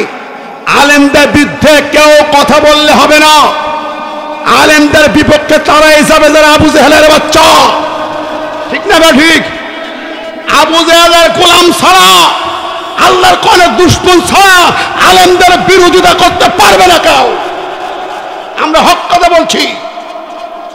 যেই দল হক ক্ষমতায় যাবে, কোরআন নিয়ে যাও। বঙ্গবন্ধুর মধ্যে বিশ্বাসঘাতকতা করো না। শাহজালালের মাজারে যাবে, নবীর কবর জিয়ারতে, রওজা জিয়ারতে যাবে, আলেমদের সঙ্গে কথা বলবে। ক্ষমতায় যে সেকুলারিজম কায়েম করবে, এই সুযোগ বাংলার আলেমরা আর দেবে না। ঠিক না ঠিক? আমি বলছি মিজানুর রহমান আজহারি ভাই, ছোট্ট ভাই আমির হামজাম, মামুনুল হক, সুনেদার হাবিব, ফয়জুল করিম, আলেমরা, তারেক মুনাওয়ার সহ আজাদ বশার ভাই কোথায় আছো? আলেমরা, মুফাসসিররা এক জায়গায় দাঁড়িয়ে যাও, এক কালেমা নিয়ে দাঁড়াও, এক কোরআন নিয়ে দাঁড়াও। আগামীর বাংলাদেশ আলেম ছাড়া চলতে দেওয়া হবে না, হবে না, হবে না। রাজি আছেন কারা কারা? দু হাত তুলে দেখান। আল্লাহ কবুল করুক। জোরে বলেন আমিন। প্রিয় বন্ধুরা, কষ্ট পাইছেন, রাগ করছেন। আমি আবার আপনাদের কাছে আসছি। বিএনপি, জামাত, খেলাফত, হেফাজত, চরমোনাই নির্বাচন করবে আগামী দিন, সংসদে যাবে। অঙ্গীকার করতে হবে কোরআন সুন্নাহ দিয়ে সংবিধান চলবে। ঠিক না বেঠিক? কোরআন সুন্নাহ দিয়ে বিচার হবে। চোর লুটপাটকারী লোকটা ধরেছ, হাত কাটো। সালমান এফ রহমান, দরবেশ চাচার হাত আগে কাটো। বড় চোর ইসলাম গ্রুপকে ধরো, কোটি কোটি হাজার কোটি কোটি চোর ধরো, হাত কাটো, কোরআন দিও। বাংলার জমিনে কোন কাফেরের বাচ্চা, চোরের বাচ্চা, ডাকাতের বাচ্চা, খুনের বাচ্চা অন্যায় করতে সাহস পাবে না। রাগ করছেন? আমার কথায় স্পষ্ট কথা, ক্লিয়ার কথা। সমাজের মানুষ এখন, সমস্ত অন্যায় অপকর্ম বৃদ্ধি। এখন রাস্তাঘাটে যুবকরা বিড়ি তাড়ি খাবে না, মেয়েদের ইফটিজিং করবে না, সুদ ঘুষ মদ গাঁজা খাবে না। গ্রামের ইমাম মুসল্লি এখন, যুবকরা এখন সমাজ থেকে অন্যায় অপকর্ম বন্ধ করে দেন। 4 লক্ষ মসজিদের কমিটি যদি দায়িত্ব নেয়, বাংলার সমাজ সোনার সমাজ হবে। ঠিক না ঠিক? বন্ধুরা আমার, প্রিয় হাজিরিন, আমি ভাঙ্গা গলায় স্পষ্ট কথা বলি, দায়িত্বহীন কণ্ঠে কথাগুলো বললাম। এই মাটিকে সাক্ষী রেখে আবেদন করছি, মুসলমানের সন্তান, কবরে যদি বিসমিল্লাহ ওয়ালা মিল্লাতি রাসূলিল্লাহ এই কথাটা সত্য প্রমাণ করতে হয়, কবরে আপনার নবী রিসিভ করবে, কোন নেতা রিসিভ করবে না। সেই নবীর দলের কর্মী হন, সেই কোরআনের দলের কর্মী হন, সে আল্লাহর শানের ক্ষমতা বাস্তবায়নের জন্য আজ থেকে আমরণ সংগ্রাম, জিহাদের ঘোষণা দেয়। রাজি আছেন না নাই? দুহাতে দেখা, নারায়ে তাকবীর।